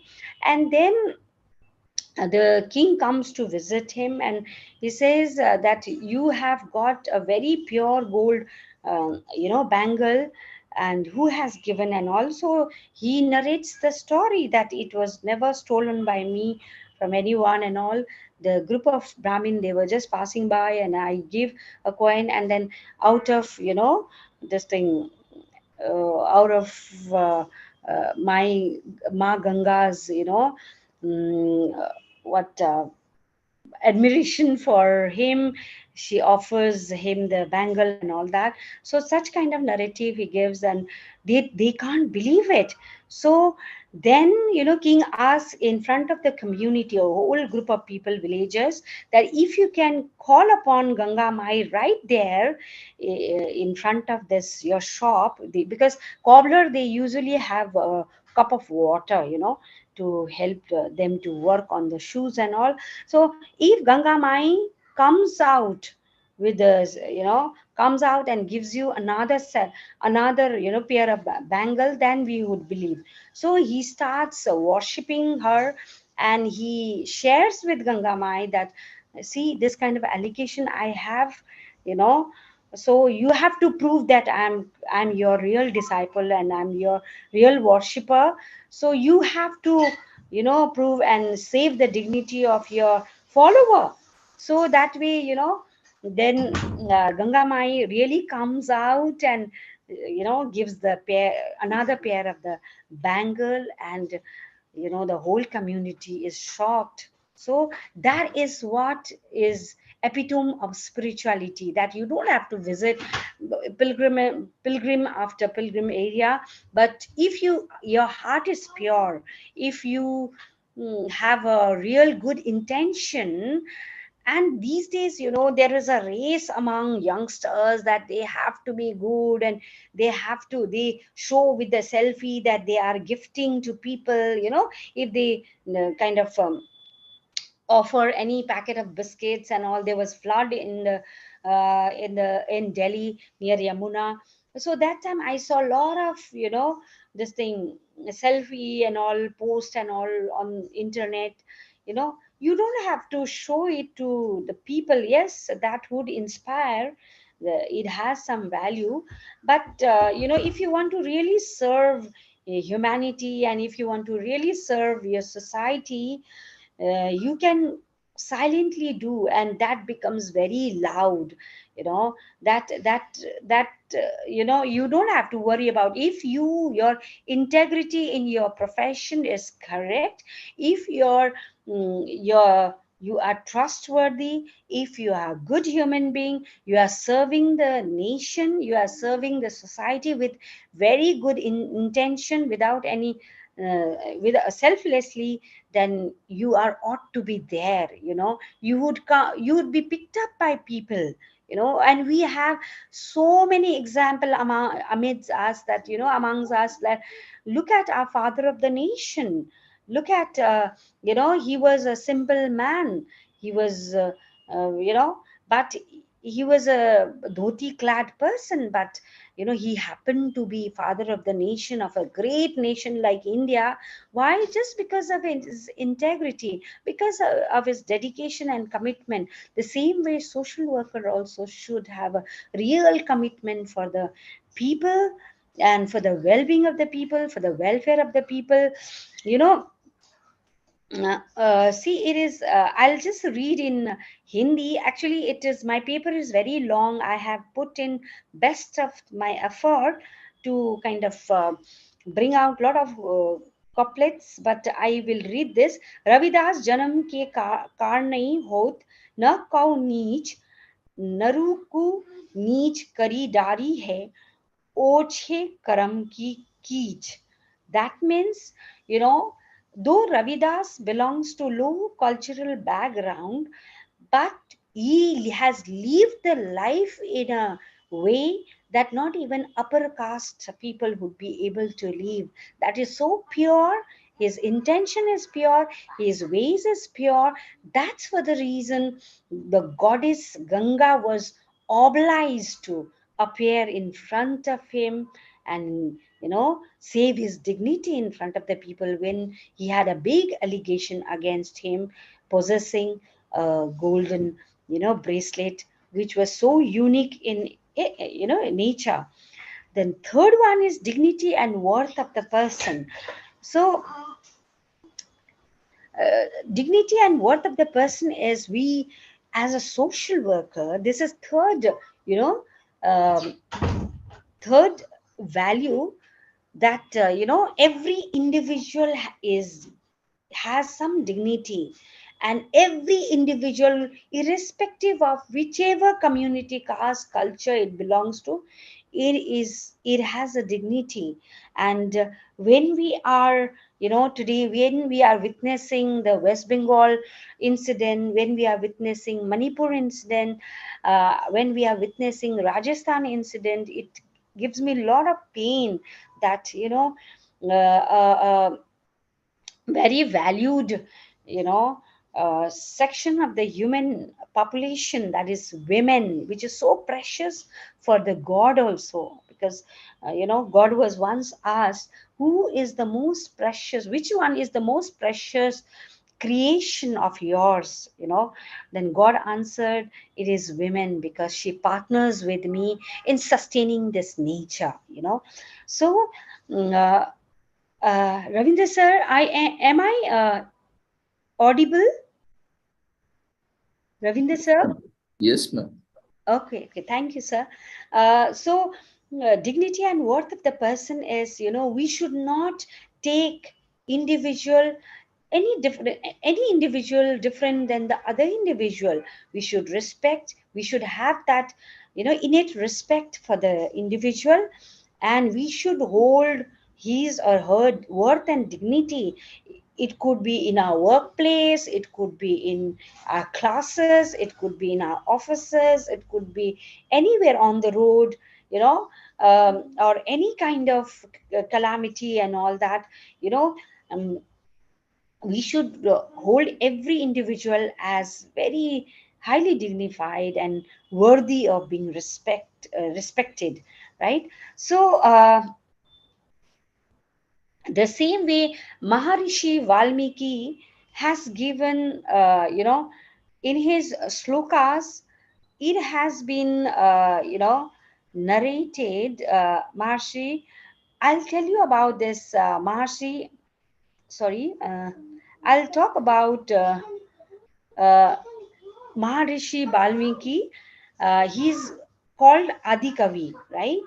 What happens is, actually, this Valmiki is, he belongs to a family which were a wanderer. They used to wander and they used to loot people, and he belonged to that kind of community. He had his big family, joint family, and he had to loot so many people on everyday basis in order to collect the wealth, in order to fend for his family, a huge family he had. And then one day, this uh, just a second. One day, this Narad Muni happens to come across him while he was, in an ambush to loot a few group of people, and then they, and then Narad Muni just bumped into him, and then he just happened to ask, as, why you are looting so many people, you are looting, all this people, and you are killing them, and you are not using your mind, and you are so merciless, and is it going to help you in any way? Then he says, no, it's not only me, I'm thinking about my family too, because I have to take food for them, I have to fend for them, for every needs of theirs, and I've got to struggle like this, and this is my profession. He belongs to this Bhil tribal community. They are into looting and all this. So my parents have grown very old. My wife is there. My huge number of children are there. So I've got to fend for them, So I've got to loot, and then this is my duty, he says. Then Narad, as you know, he's so clever, and then he he entangles him into conversation, and he says, okay, fine, I will wait for you here. If you really feel you are a dutiful man for the family, you go back to your home. I will wait for you here. You go back to your home and then ask your family if these family who you love and you are ready to kill so many people, just to fend for your family. uh, if you I mean if they have any kind of love for you, and if they are ready to be part of the curse that you have been accumulating in your life, because of all this cleaning and brutality. So if they are ready to partner or share your burden of curse, so that you are accumulating because of loot and killing, mass killing. So he says, yes, of course, my family love, because I'm taking care of the. He's so blindfolded in the love and dedication, so only actually Narad Muni is only focusing on his dedication and commitment and love for the family, that he is ready to do anything and everything, and he is totally blindfolded, in the love. He is submitted to his, he is submitted totally to his family to give them the best of life. So he's like, he said, I have no doubt about it that my family is going to be there the way I love him, undoubtedly. So the same way my children, my wife, my parents are going to share this burden of sin that I'm accumulating, so because of my bad deeds. So he goes back, walks back and back home, and then he shares with his family that, I have been so much in love with my family, my parents, my wife, my children. So if at all they are going to share this burden of love, that I have committed my whole life into, so children, without any doubt, should I go back to that saint and tell him that yes, you all are going to share and become equal bhagidari,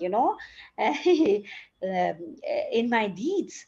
So, and he runs back, he's like, I'm going to tell that saint, I just uselessly have spent time on running back to you and all.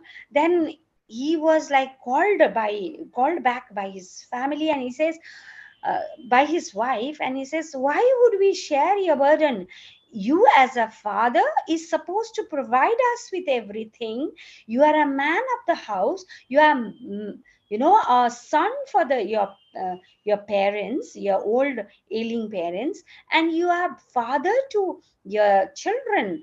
So you hold that responsibility to give us every good thing in life, and how you procure that, we have no idea, and we have no concern about it, and we are not supposed to share that burden of sin. So if you are under any kind of impression that we are going to share this burden of sin, you are wrong. We are not going to share.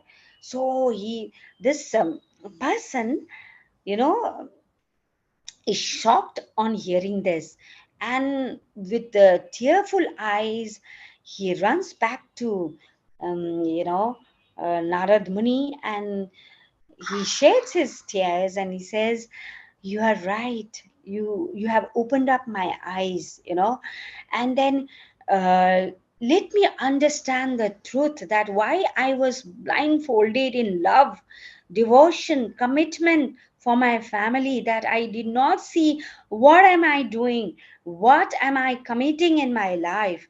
The same way today, many of us in our society, we are blindly going into procuring. We are not understanding how we are procuring things for our family.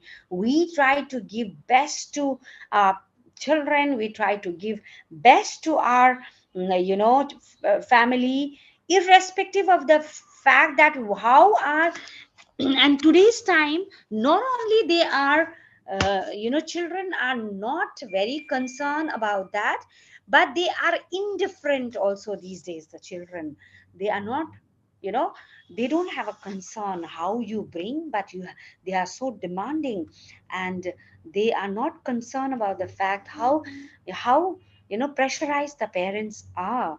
So in that case, it so the same way, then his eyes is opened up, and then he could see that he was a defaulter. He has made this very wrong choice of occupation, and he wants to submit, he wants to have salvation from all this. So he plead the Narad Muni that, how am I supposed to get rid of the burden of sin that I have accumulated for so many years in this, because of my murta, because of my, this thing, silliness. So, then he teaches him just with the japa, if you chant Ram, Ram, Ram, all the time, Rama is going to help you to, overcome your issues in life, and he would give you salvation. He'll, I mean, move you through the path of salvation. Rama is going to help you overcome your, problem. So he tries to, because he comes from a tribal family. He doesn't have any wisdom. He comes from a, I mean, what do I say, savage living condition and all that. That's for the reason he was not understanding. He's committing, crime, and he's killing so many people in the name of love for his family, dedication for his family. So he says, how am I supposed to chant this? I don't know. And he said, you just say Rama. Then he say, I mean, as a, a silly person, he says mara, mara, mara, mara. Then once you all practice it, if you say mara, mara, mara, mara, mara, then it you happen to say Rama. So the same way, this will tribal boy happens to say Rama, and he start the kind of dedication he was committing, the kind of dedication uh, you know he had in serving his family, with the same kind of dedication.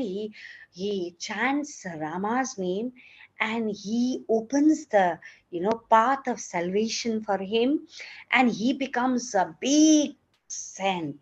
you know and then he becomes, Maharishi Balmiki, and he has taught us that, this particular story has taught us that how every individual, if being properly treated, given some dignity, Narad Muni is a god. He comes from heaven, and he happens to bump into this person. He was so blindfolded in love for his family, and he tries to, alter his life by opening his Devic eye, by opening his middle eye. That's what we call when we have this.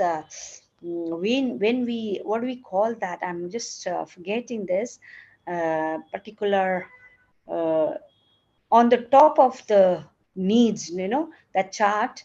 Uh, I'm forgetting that. I'm sorry. I'll get back to you. So, that kind of sensitivity he kind of achieves, and then he becomes Maharishi Valmiki, and he is the Adi Kavi, who writes Ramayana, the epic Ramayana. Sanskrit. He is the original author to Sanskrit literature, and composed the most popular religious epic of Hindu, the epic Ramayana. So it is, which comprise of 20 2 lakhs 40,000, no sorry, 24,000 slokas and 7 kandas. So it is no any big, you know Brahmin saint or somebody who writes the who is the Adi Kavi. He is that Bhil, boy. Because of that dignity, and dignity that is being given by the, God, this God, he could achieve such a feat. So that is where, social workers, as a social worker, also should give, the same kind of dignity to every individual or every community they are serving, so that they can alter their future They can alter their present life, and they can alter the psychological, social, emotional, behavioral problem of any community, any person. That's for the reason we have many approaches like, behavioral modification. We have psychosocial analysis, you know, you know, Freud has given how we can, they have they have said that how we can change the behavior of a person. We can help an individual who has undergone lot of traumatic condition, lot of bad phases he has seen in his life, in his childhood life. You can really bring lot of changes in the adulthood also. So as a social worker, we must learn from this Maharishi Ravidas, that we can really change the fortune of individual and fortune of the community as a whole. It's just that we've got to help them to overcome their issues, right? So fourth one is importance of human relation. So when I love this, importance of human relationship is, very recently I came across one proverb that we try to have a PR, now we personal relationship, that holds a very very important position in the society also, and in the offices also. We have a PR department, where you build up good relationship with people, with the industry, with the alumni, with the with the faculties, with other universities and all that.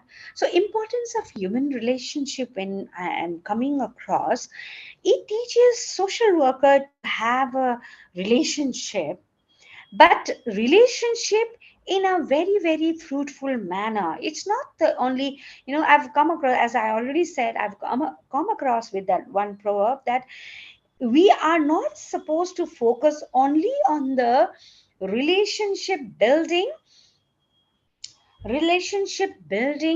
with many people, but whoever we are building we are building relationship should have attached some meaning to it. For example, today, see, I during COVID I happened to meet Ravindra sir. I don't know how he actually looks like, how, what he is actually, his personality, his individuality. But I we happened to meet in some conference, and then online during COVID, and we just clicked with each other, and after that no looking back. So it has been a very very fruitful, our academic relationship. So anytime he asks for anything, I'm there available. If I ask him, he's always there in the middle of his office work also. He picks up and he addresses my problem. So that is how every one of us should form the relationship does not only mean kind of in numbers, but it should hold some value, it should hold some meaning. The same way as, if we go back to the epic, Ramayana, the relationship between Ram and Hanumana, it is like, I think we, ever since human inception and until the time infinite, we would never forget the relationship between Ram and Hanumanji. And I have read many things about Hanumanji. He belongs to low socio-cultural background as well, but how Rama has lifted him up. Hanuman was not even aware. you know we always feel, and one thing I would like to bring, which I have not written in this paper, but I would like to bring the same epic here in explaining all of you, that relationship between Ram and Kaikai. Actually, Kaikai is supposed to be the stepmother of Rama. But if Kaikai had not shown such epitome of, cruelty against Rama, today Rama would not have been what it is today for Hindus. It's because of the Kaikaya, the relationship, that she was so adamant that her son should be made king, and then Rama should be pushed to the for the you know uh, for being there in the jungle. So, and then there he happens to, what made Rama a great Rama today? He was a simple king, but what made him a Rama, the Rama today, is because meeting with Kaikaya, meeting with Hanuman, because the kind of relationship, and it is said that it is because of the one God who is till today present and till infinite, the one God who is going to uh, live in a worldly life is only Hanuman. That's for the reason people say, anytime you are in dearth of strength, power, dearth of, you know if you are in a in a in a situation where you are fearing something, you just take Hanuman's name and everything will disappear. And all the required strength you'll be getting. So it's my personal experience also. And all of you who are listening to me must have also, experienced the same, that Hanuman, So here it is so lovely, doha that I would like to read, though my Hindi reading is not good, but you have to bear with me. Kah Raghupati sunu bhamini bata, manu ev bhagati karnata, jati pati kul dharma badai, dhan bal परिजन गुण चतुराई, भक्ति हीन नर सोही कैसा, बिन चल बारिद देखूं जैसा. That means here Sri Rama says to, see, I have this I have already talked about Hanuman relationship with Rama. Hanuman relationship with Rama and Rama relationship with Hanumana.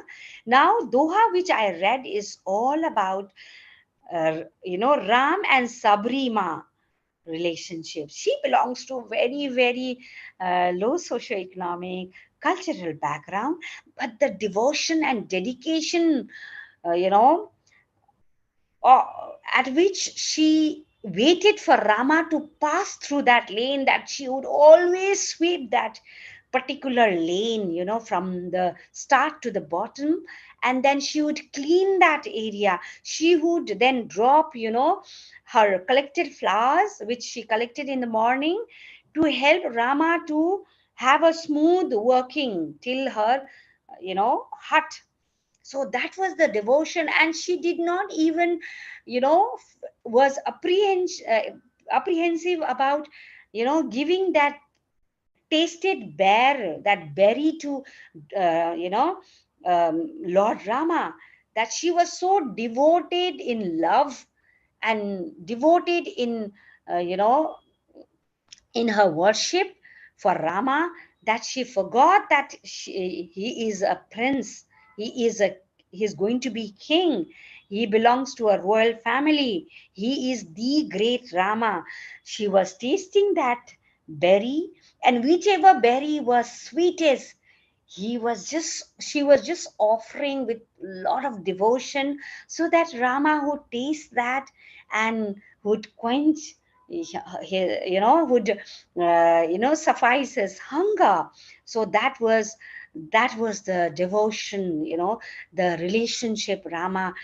And today, in the name of Rama, do not We should not, any person should not dare, harming any community belonging to any cultural or social economic background, because Rama is epitome of, you know epitome of integrity, epitome of grace, epitome of love. The way the and he epitomized all this dedicated love for the people who belong to low socio-economic cultural background, like Sabri, like Hanuman, like Kevat. I will come to Kevat as well, the kind of relationship. So Kevat is, you know, because of, uh, Rama's submission for his wife, who was taken away by, Ravana to his kingdom. He was desperate on, kind of crossing that river. And who helped? Then, Kevat, he belonged to very low socio-economic background, and he offered to Lord Rama that if I could get this privilege of taking you, across the river, my life would be, complete.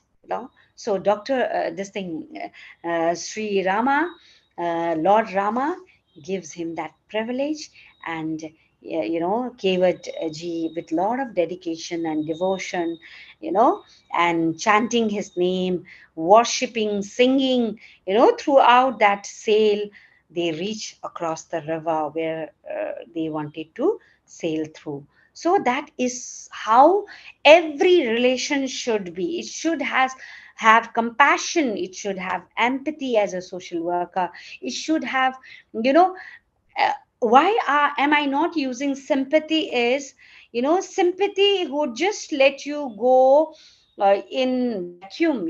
If you have sympathy, you give 1 rupees, 10 rupees, 100 rupees, 1,000, 10,000 to that beggar, he would remain beggar. We have in India, I think we are on the top list in across the world to have the richest beggar in our country.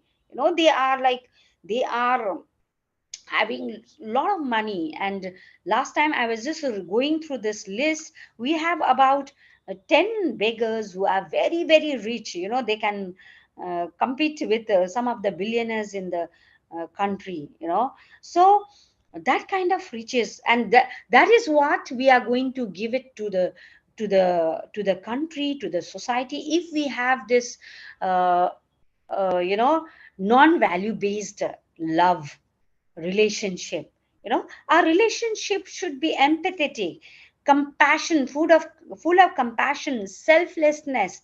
Then if we have this value intact, then we would be able to give the love, compassion, and commitment, like Kevat, like Sabri, like Hanuman, who helped great Lord Rama to achieve his uh, his to achieve his height, and to achieve the his Sita back. That is what uh, I can explain. So this is how our commitment should be for every individual. So second last is integrity. Here, we should strive hard to instill integrity and trustworthiness, and hold the professional mission by inculcating values, ethical principle, and ethical standard in our professional practice. So here, integrity is like, we must hold this. What is integrity? Integrity is being trustworthy. I mean, so how can we earn the trust of any person? So we can very well go back and learn from the same epic, where Hanuman, the way he got into this servitude to his master, the faith, loyalty, the utter servitude that he showed to his master, Lord Rama. that he just went blindly as per his you know his request, or his order was his command, so that way, if you can all recall how he brought, at one, I mean, Hanuman never knew that he would fly, until the time he met Lord Rama. So through some you know character in Ramayana, he got to know that he could fly. And after he was delegated this work, after he was delegated this work by Lord Rama, that you have to get Sita back. You have to go and meet Sita and give this you know uh, ring to her, offer it to her, and let her know and give this assurance to Sita that Rama would be coming, one day to help her to be rescued. So until that time, Sita should wait for Lord Rama, and she should wait there until until she meets him. So that way, and he happens to meet somebody who opens his eyes, and then happens to know that he can fly, and he flies to wherever, to Sri Lanka, and then present Sri Lanka, and then he he's like he helps Rama in overcoming all the difficulties, on the path to kind of save uh, goddess Sita, right? So that way, I will read about said. See, I will read about this.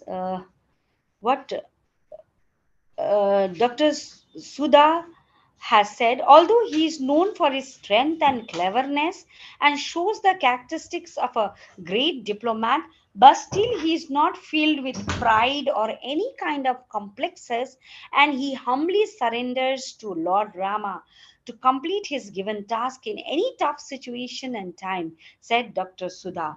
So Dr. Sudha, who has written about Hanuman, so she also tells that, no matter Hanuman got to know that he could fly, Rama or Sita could not fly. They are like ultimate god and goddesses. They could do anything. But until the time they were in this worldly life, they never showed, they never manifested all this strength. But Lord Rama helped Hanuman to have that manifestation of his strength to fly. So, you know, after he understood, got to know that he could fly, he never was proud. He never, was so proud to kind of do whatever he liked to do. He was very clever. He was very strong. He could fly. He had this great diplomatic,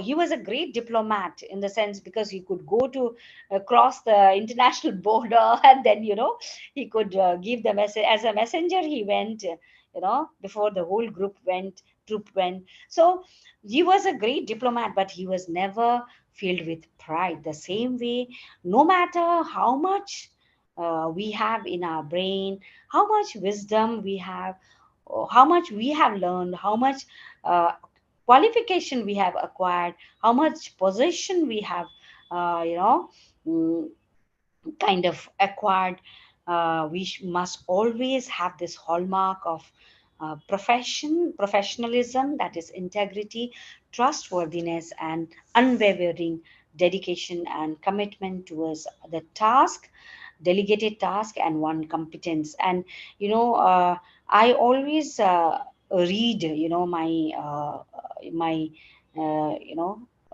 book. So I always get to find that we must always submit, whoever is heading the organization, we must always submit to that head, because somewhere down the line, this world is a kingdom of God, and whoever is heading, this your country, whoever is heading your state, your professional arena, we must always submit to them, and we must always professionally submit to them, to show our competence, to show our skill, and as per the work delegated, right? So that is what is being taught by Hanumana. So next, the last one is competence. So we must strive to build up on our all aspect of competence in our practice area, helping ourselves to constantly develop professional knowledge, skill, expertise, competence to positively impact to the knowledge of the profession. So, you know, see, as far as competence is concerned, while I was writing this paper, and I was like, who has developed? There were a lot of, first thing that came on my mind was Arjuna. But I said, no, I'm just fixing myself on philosophies of, the social or religious reformer who belongs to low socioeconomic cultural background, like tribal group, SC group, ST group, you know, women, like Sabri and all, vulnerable group. So I was just thinking, as who should I portray here as far as competence is concerned. That when I thought about, archery, then I happened to think about Dronacharya. Then I thought about this Eklavya. Why I thought about him is because because he wanted to develop the skill of archery, and he was this boy was from Eklavya, from very low socio cultural background, but he desperately wanted the skill to be built up. He wanted to be the most competent, but there this Dronacharya was only training the royal, higher the royal sons, and then all this Pandavas and Kauravas, they were there to take the lesson of this archery, skill. And then, and he happened to bump into Dronacharya. He went and then he surrendered to him. He said, Gurudev, if you could please, help me develop, because I am good at, kind of focus. I'm very focused person, but I would like you to be my guru, to kind of, because without guru there is no knowledge. And in traditional time, whatever today, today's guru of our youngsters is Google Baba, right? But in traditional time, we had this beautiful value and ethics in every aspect of our life. I love this, this, in order to build up your own skills and competence, they never looked for, they never try on their own. They wanted guru, and it was so important to get recognition in the society.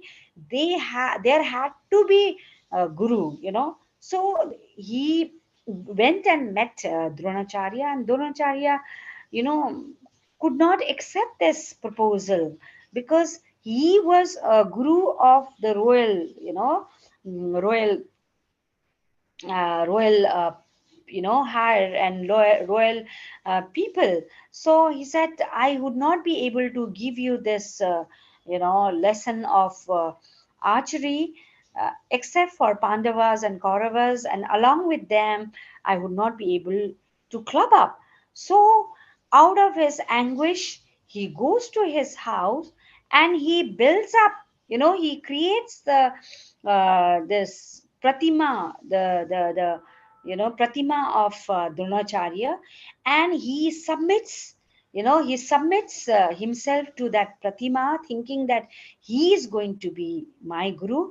And then he, you know does it every day. He practices that archery skill every day, and every day, because of his dedicated devotion towards his commitment towards his skill, he developed such a competence that Dronacharya gets, worried about it, because he belonging to the low socio-cultural background. On those days, casteism was so widely practiced, and that was the biggest social evil.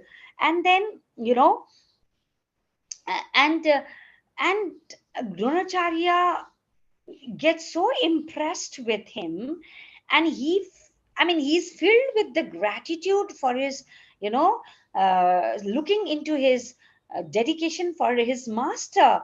And he says, how you are able to gain this skill, this kind of competence, and it is only out of your perseverance that you have got it.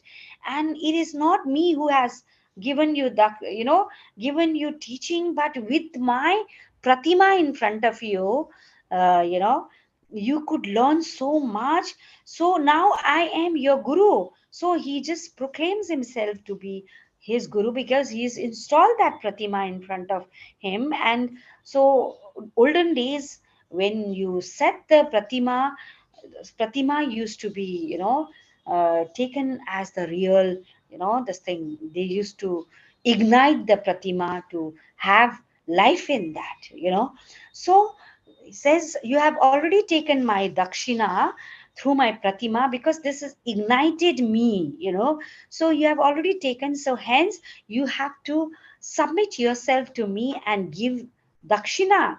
All the royal people, they give me dakshina, so you've got to give as well, because you have submitted to me as guru. So out of trick, Guru Dakshina was, this his thumb was taken as Guru Dakshina. And after that, Arjuna, historically, it's a distorted history, but Arjuna is known as uh, you know, a brilliant or a competent, archer. But it is not actually Arjuna, it is Eklavya, who belong to low socio-economic cultural background. So I have written a nice conclusion. I would like to read. The rest of them I've explained on my own. So in conclusion, we have already seen how the human values are the core component of spirituality that has a close connect with the social work core values. Spirituality forms the very foundation of social work philosophy, which are put into the practice, as without the right and correct human values, we cannot make the profession go in a long run and make it sustainable. Even for our small businesses, even for our big businesses, for our profession, for our writing, whatever, as a professor, whatever we write, scholars, PhD scholars, whoever are, whichever walks of life you belong to, you can never be a perfect you until you have competence, you have developed that skill, you have developed with your utter dedication and perseverance. So spirituality teaches us that you need to have the, you know intrinsic value as a human being. And spirituality teaches us to indigenize our cultural heritage, in any kind of practice, we should, our thought process should be indigenous, because we come from some values, we come from some cultural heritage. We've got to really follow that. So in conclusion, spirituality and social work values goes hand in hand. Hence it becomes imperative for the social worker to understand the indigenous cultural heritage of a people who they are working with, to help them beware be aware and sensitive, and blend the system to make the social work intervention process more meaningful and effective for the worker and the beneficiaries. Therefore, the answer to this dilemma is the indigenization and Indianization of the social work curriculum for the amalgamation of culture, heritage, and social work professional practice for the sustainable and prosperous Bharat. So, in order to become prosperous Bharat, all we have to do is we have to go back to our root, find our spiritual values that is so important in nature, and those are all the values. The basic values are, you know, I would the basic values that is being taught by the spirituality are, which is even being inculcated by social work as a professional, and in our social work practice are service, social justice, dignity and worth of a person, importance of human relationship, integrity, competence. So these are all being taught by our spiritual philosophers, our spiritual leaders, great Lord Rama, which has who has taught us that if we want to be spiritual, we have all the answer is love, unconditional relationship, and irrespective of any religion, irrespective of any caste, irrespective of any race, irrespective of any background whatsoever, if we value love, compassion, our integrity and righteousness, we are there to overcome any difficulty, and we are here to make a, a, a Ram culture again. What do we call that? Ram, what do you call that? Ram Rajya. Bharat as Ram Rajya again. I end my presentation here. Thank you so much, Ravinder sir. Over to you.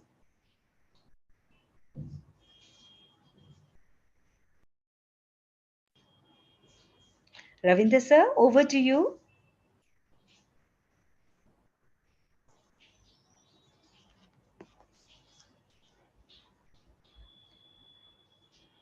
Mary ma'am, are you there?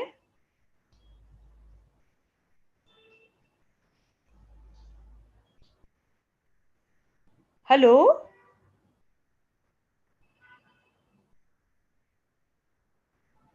Mary ma'am?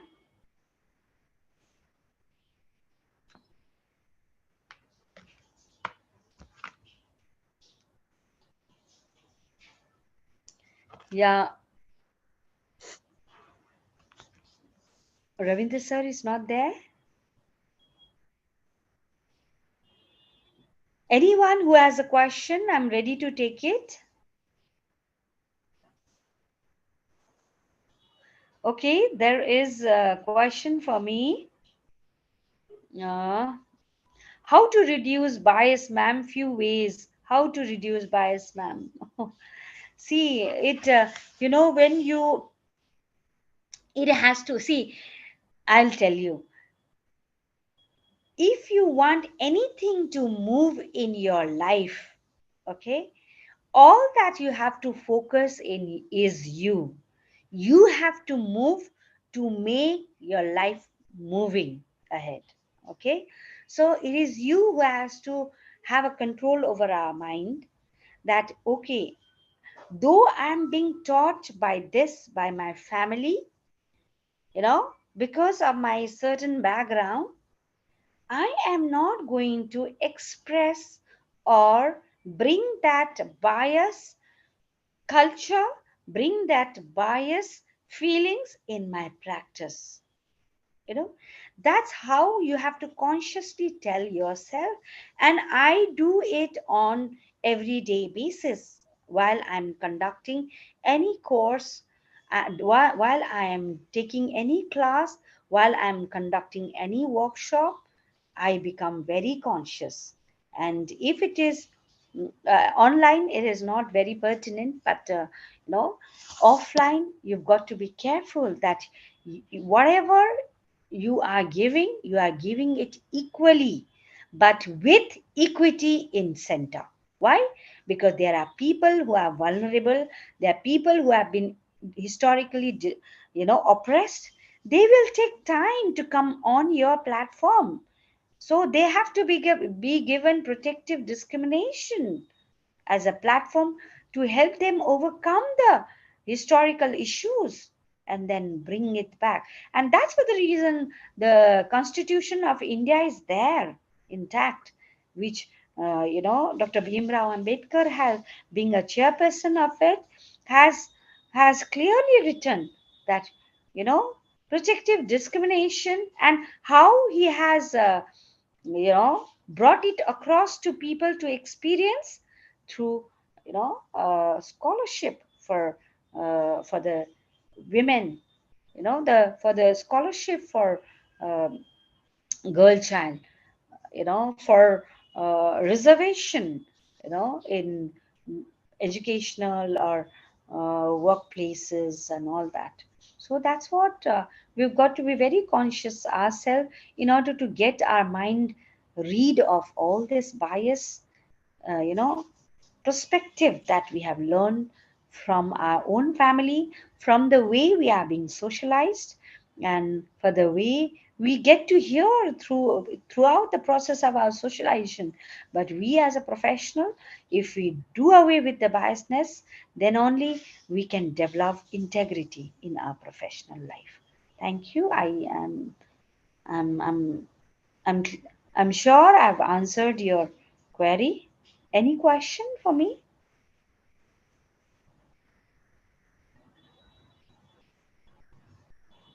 Thank you, ma'am.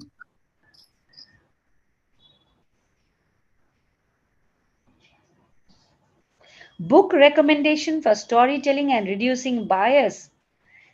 You may read Ramayana. Read Ramayana. It will help you to teach. See, we are all, saying these days we want to have big temple of Rama. We want to have big, biggest of the temple of Rama. We have to create that temple in our heart and inculcate the value that has been epitomized by our Lord Rama, that love is loving unconditionally, loving irrespective of any difference, taking care of every feeling, every individual. See, Hanuman was not from a human, this thing. I mean, he looked like a monkey clan, but he accepted the way he hugged, and he has been blessed with, immorality, this immortality, immortality. So he is immortal in nature. Hanuman is the only God who is living with us in this worldly life, immortal, you know. So that's for the reason, before he goes away, submit himself to this, into this Prakriti, Lord Rama, Hanuman comes running after him, and he says, Lord, without you, who am I supposed to serve? I'm your servant. Do not leave your servant. So that time Rama says, I'm not leaving you, neither you are leaving me. I'm in you, you are in me. So I'm leaving you here, immortal in this world, to help people to be channelized, to, spread word of wisdom, you know, and to assure that Rama is always going to be there in each and every one of us. So we have to first read our epic itself shows everything. Kabir, I have read his whole slokas and couplets and all. It's so beautiful, every word. After I happen to choose out of many topic all this group of stalwarts. They wanted me to write one chapter. So out of all this topic he had given, I said I do want to choose all this topic, something that I am feeling very deep inside about connection between social work and spirituality, which not many people have attempted, and I don't think have written paper on it, but I would like to write paper. So he said, go ahead, I have faith in you. So because of his unwavering faith in me, I was able to write something that I have presented just now. So I just hope you all liked my paper, and hopefully, you all will be benefited as soon as it is out in the market. and online as well.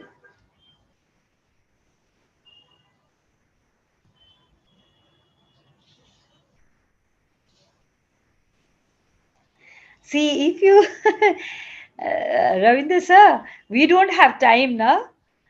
See, it is somebody is having a question, Pavan Kumar, that it's a mythology character, So it's not, Hanuman is not real and all. So, but, see, it depends on you as an individual, what you feel is real.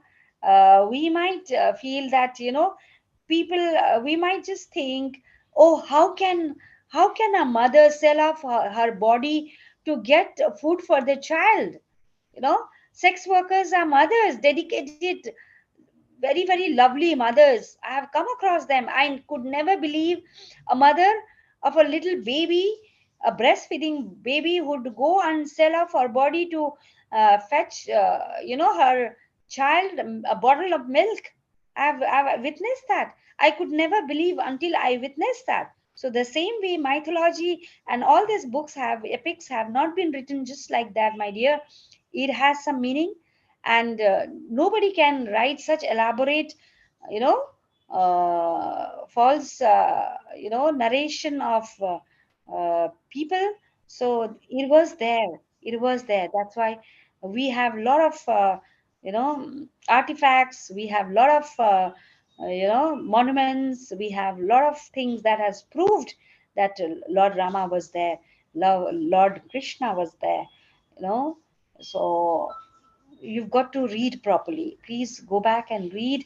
And until we, you see, for me as a person, I would feel you should not question anything. You should not question anything until you have a in-depth knowledge of something. you know so you have in-depth knowledge and come across, okay, I have already got my publication. I mean, that's in the process. Anytime the paper will come, contradict me, then I may write, another set of paper. So, Uh, that's where. Good Yeah. evening, ma'am. Yes. Ma'am, today's session was very incredible session. Thank Hello. you. Thank Actually, you I very much. like I have listened to a lot of your sessions, but I'm very devoted to God and prayer. I love God and prayer. So today's session is like you made my day. Thank you.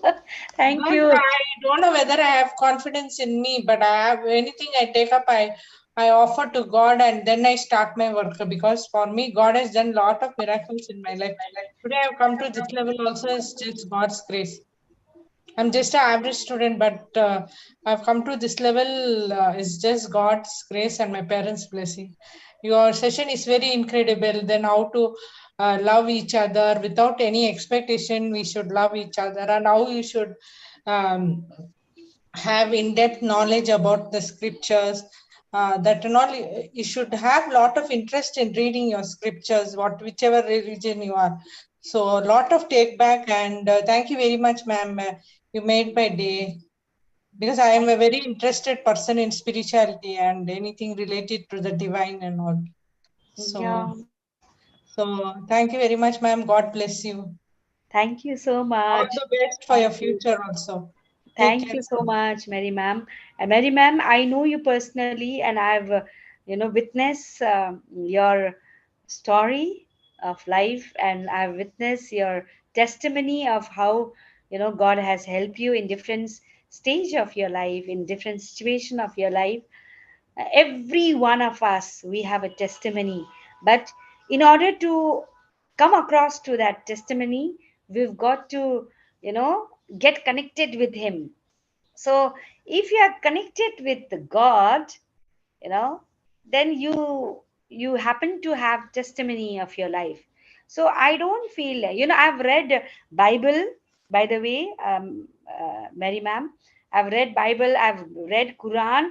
I could not read Quran so much because it has a lot of practices, and every it is very ritualistic in nature, same as Hindu script. I've read, this Gita.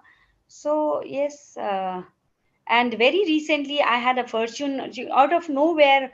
Some very, this thing.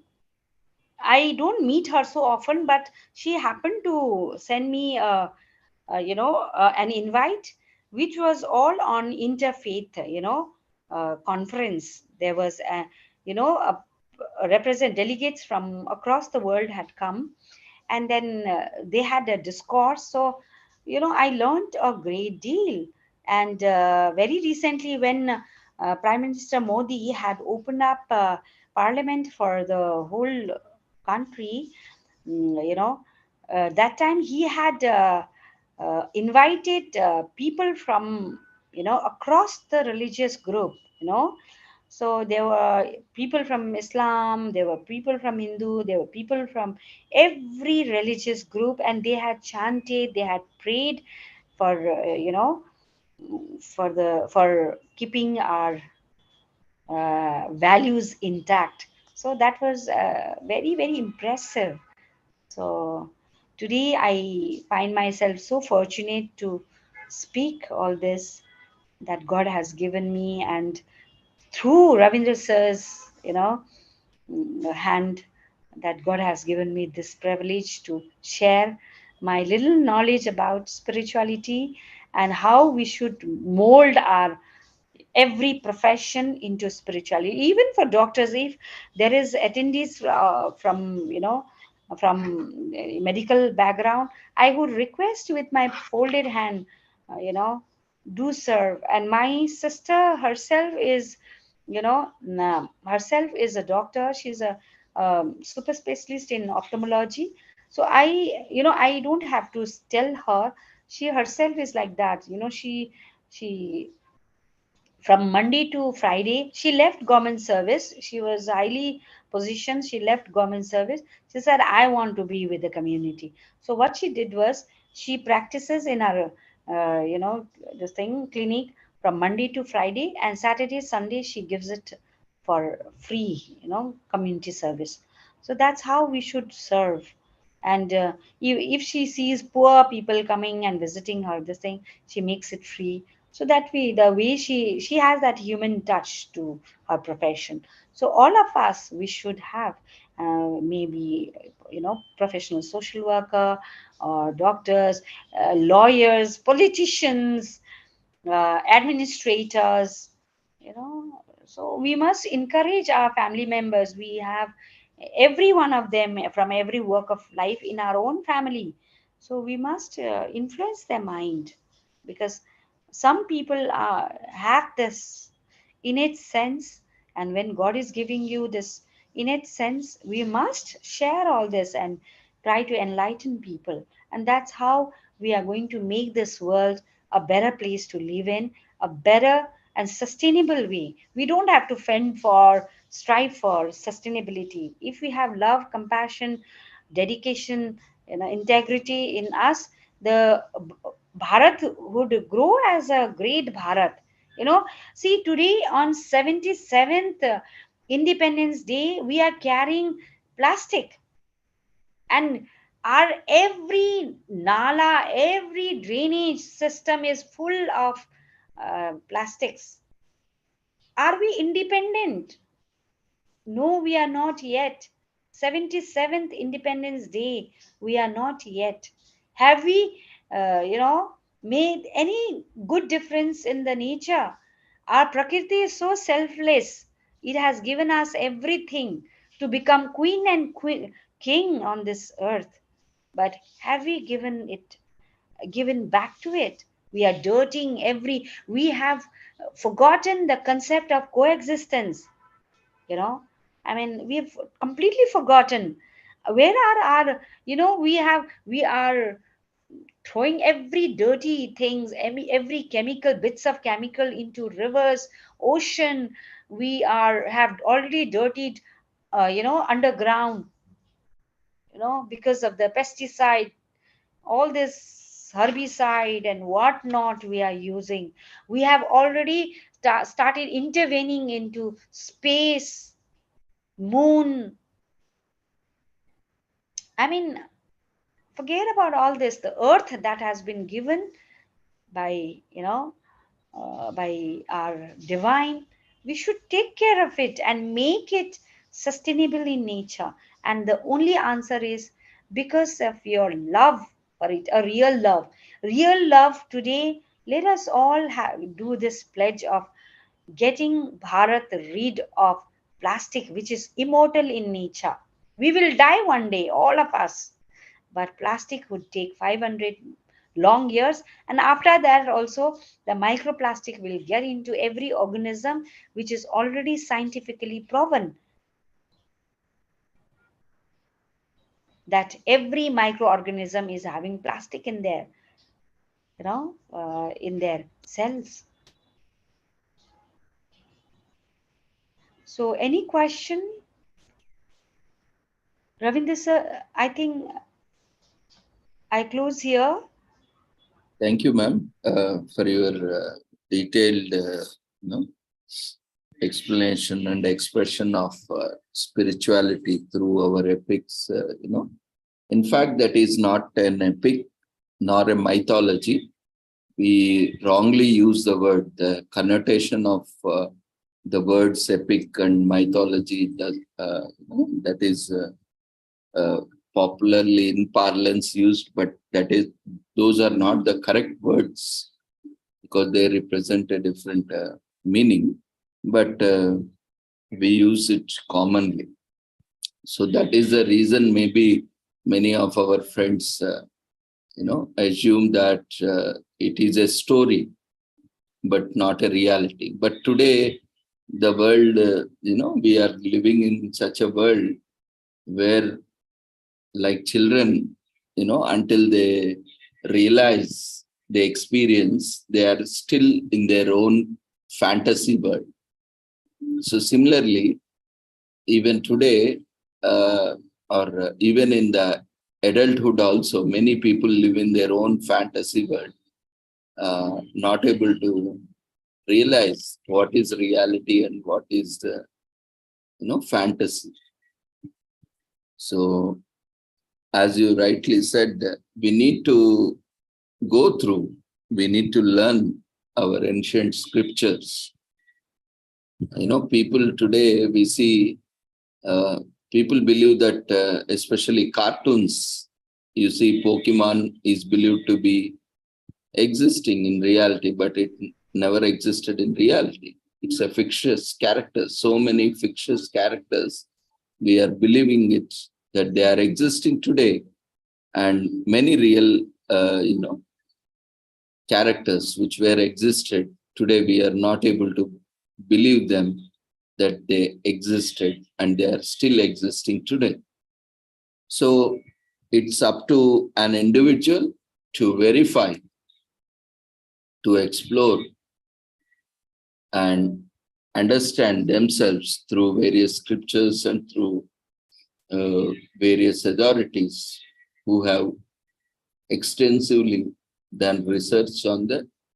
And there are number of evidence. And the classical evidence we have is we all have evolved from apes. So that is a scientific, evolution, the evidence we have that still Lord Hanuman is closely related to us. So we need to, not everything is everyone's cup of tea or cup of, so everyone has different levels of understanding, experience, and so it takes time for an individual at an individual level to understand different concepts. That's the reason not everyone can understand these simple yet but complex subjects, especially the abstract concepts which cannot be perceived in reality, certain things. So these are certain cognitive, these are certain abstract concepts which needs to be understood. But it was very well presented, and of course, it's altogether a different debate whether someone existed or not.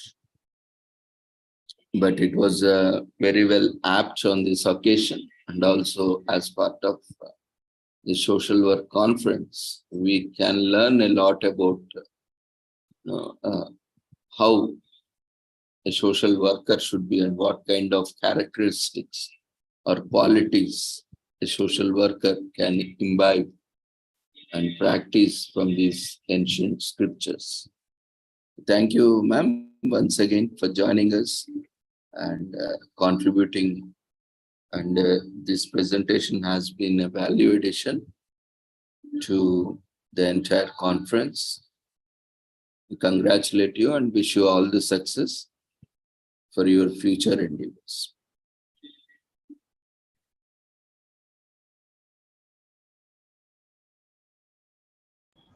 Thank you, sir. Dear friends, so we have 2 more presentations. Shall we take it up tomorrow? One from Pawan and another is from Kulwant Kaur. So both of the presentations will take up tomorrow. As per the request, we have matched this today's event into the 10 days international conference, so no need to worry. So the entire, on whichever day you present, it will be part of this 10 days international conference, so no need to worry. So due to paucity of time, we have already exceeded today's time. So tomorrow, join us, we will take it up, both the sessions. So thank you everyone for joining us on this wonderful occasion. And tomorrow we will also learn about various social reformers and also the 2 presentations which were supposed to be taken up today along with other presentations. And we wish you all happy 77th Independence Day.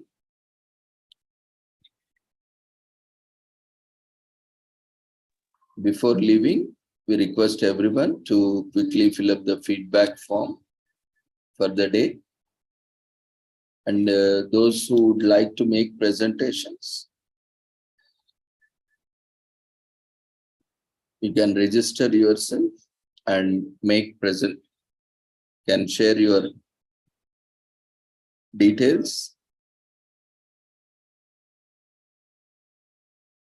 so that your presentations can be scheduled over the next few days. Feedback form has been raised in the form of polls. We request everyone to quickly attend to the overall feedback form.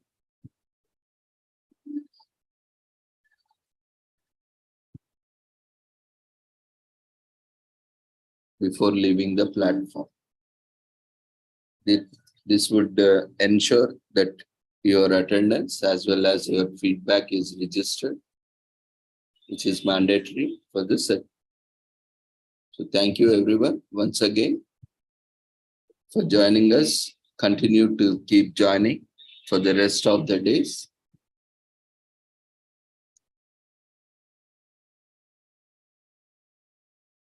After filling up the feedback form, you may leave the platform. So see you all tomorrow at 6 o'clock with the same joining link. Take care. Good night.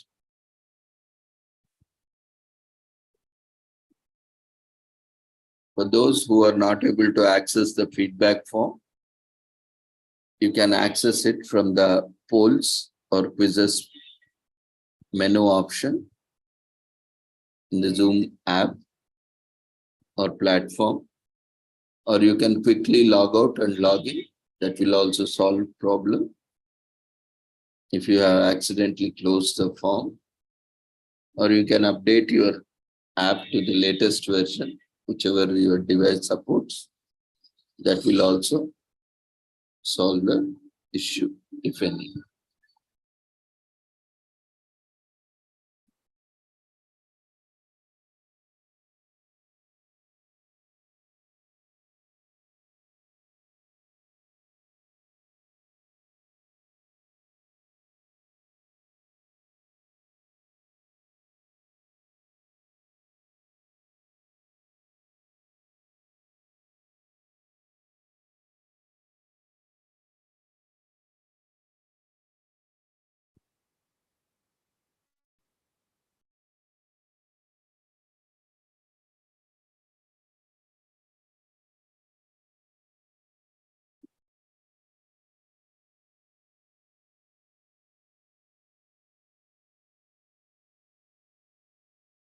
Those who have not registered for the 10 days conference and those who have exclusively joined for today's event, we have shared the 10 days conference registration form in the chat box. We request everyone to register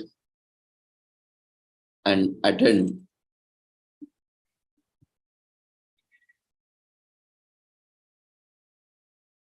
the 10 days conference on whichever day it is feasible for you. As certificates are issued on day-to-day basis, whichever day you are attending and providing feedback, you will be receiving certificate which can be downloaded from the website. We will also send the link to download your certificates through email. Just in case if you happen to miss your email, you can always visit the website and download your certificates.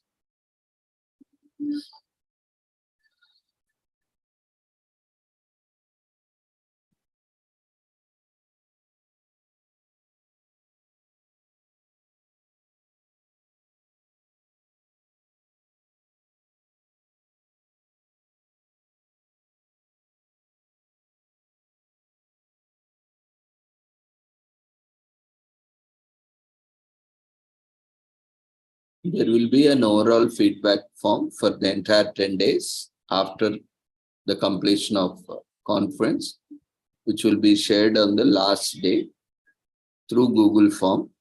So just in case due to technical reasons or any issues, if you were not able to fill any of the feedback form for any session or any day, but you have attended, then you can use that form also. So no need to worry. Make sure you are attending, you have registered and you are attending and providing feedback wherever, whenever it is taken. And you can visit, keep checking the website. The feedback form, overall feedback form for the 10 days conference will be available on the website. You can fill it after the closure of this 10 days conference. And do circulate this registration form with your friends and colleagues so that they can also benefit from it.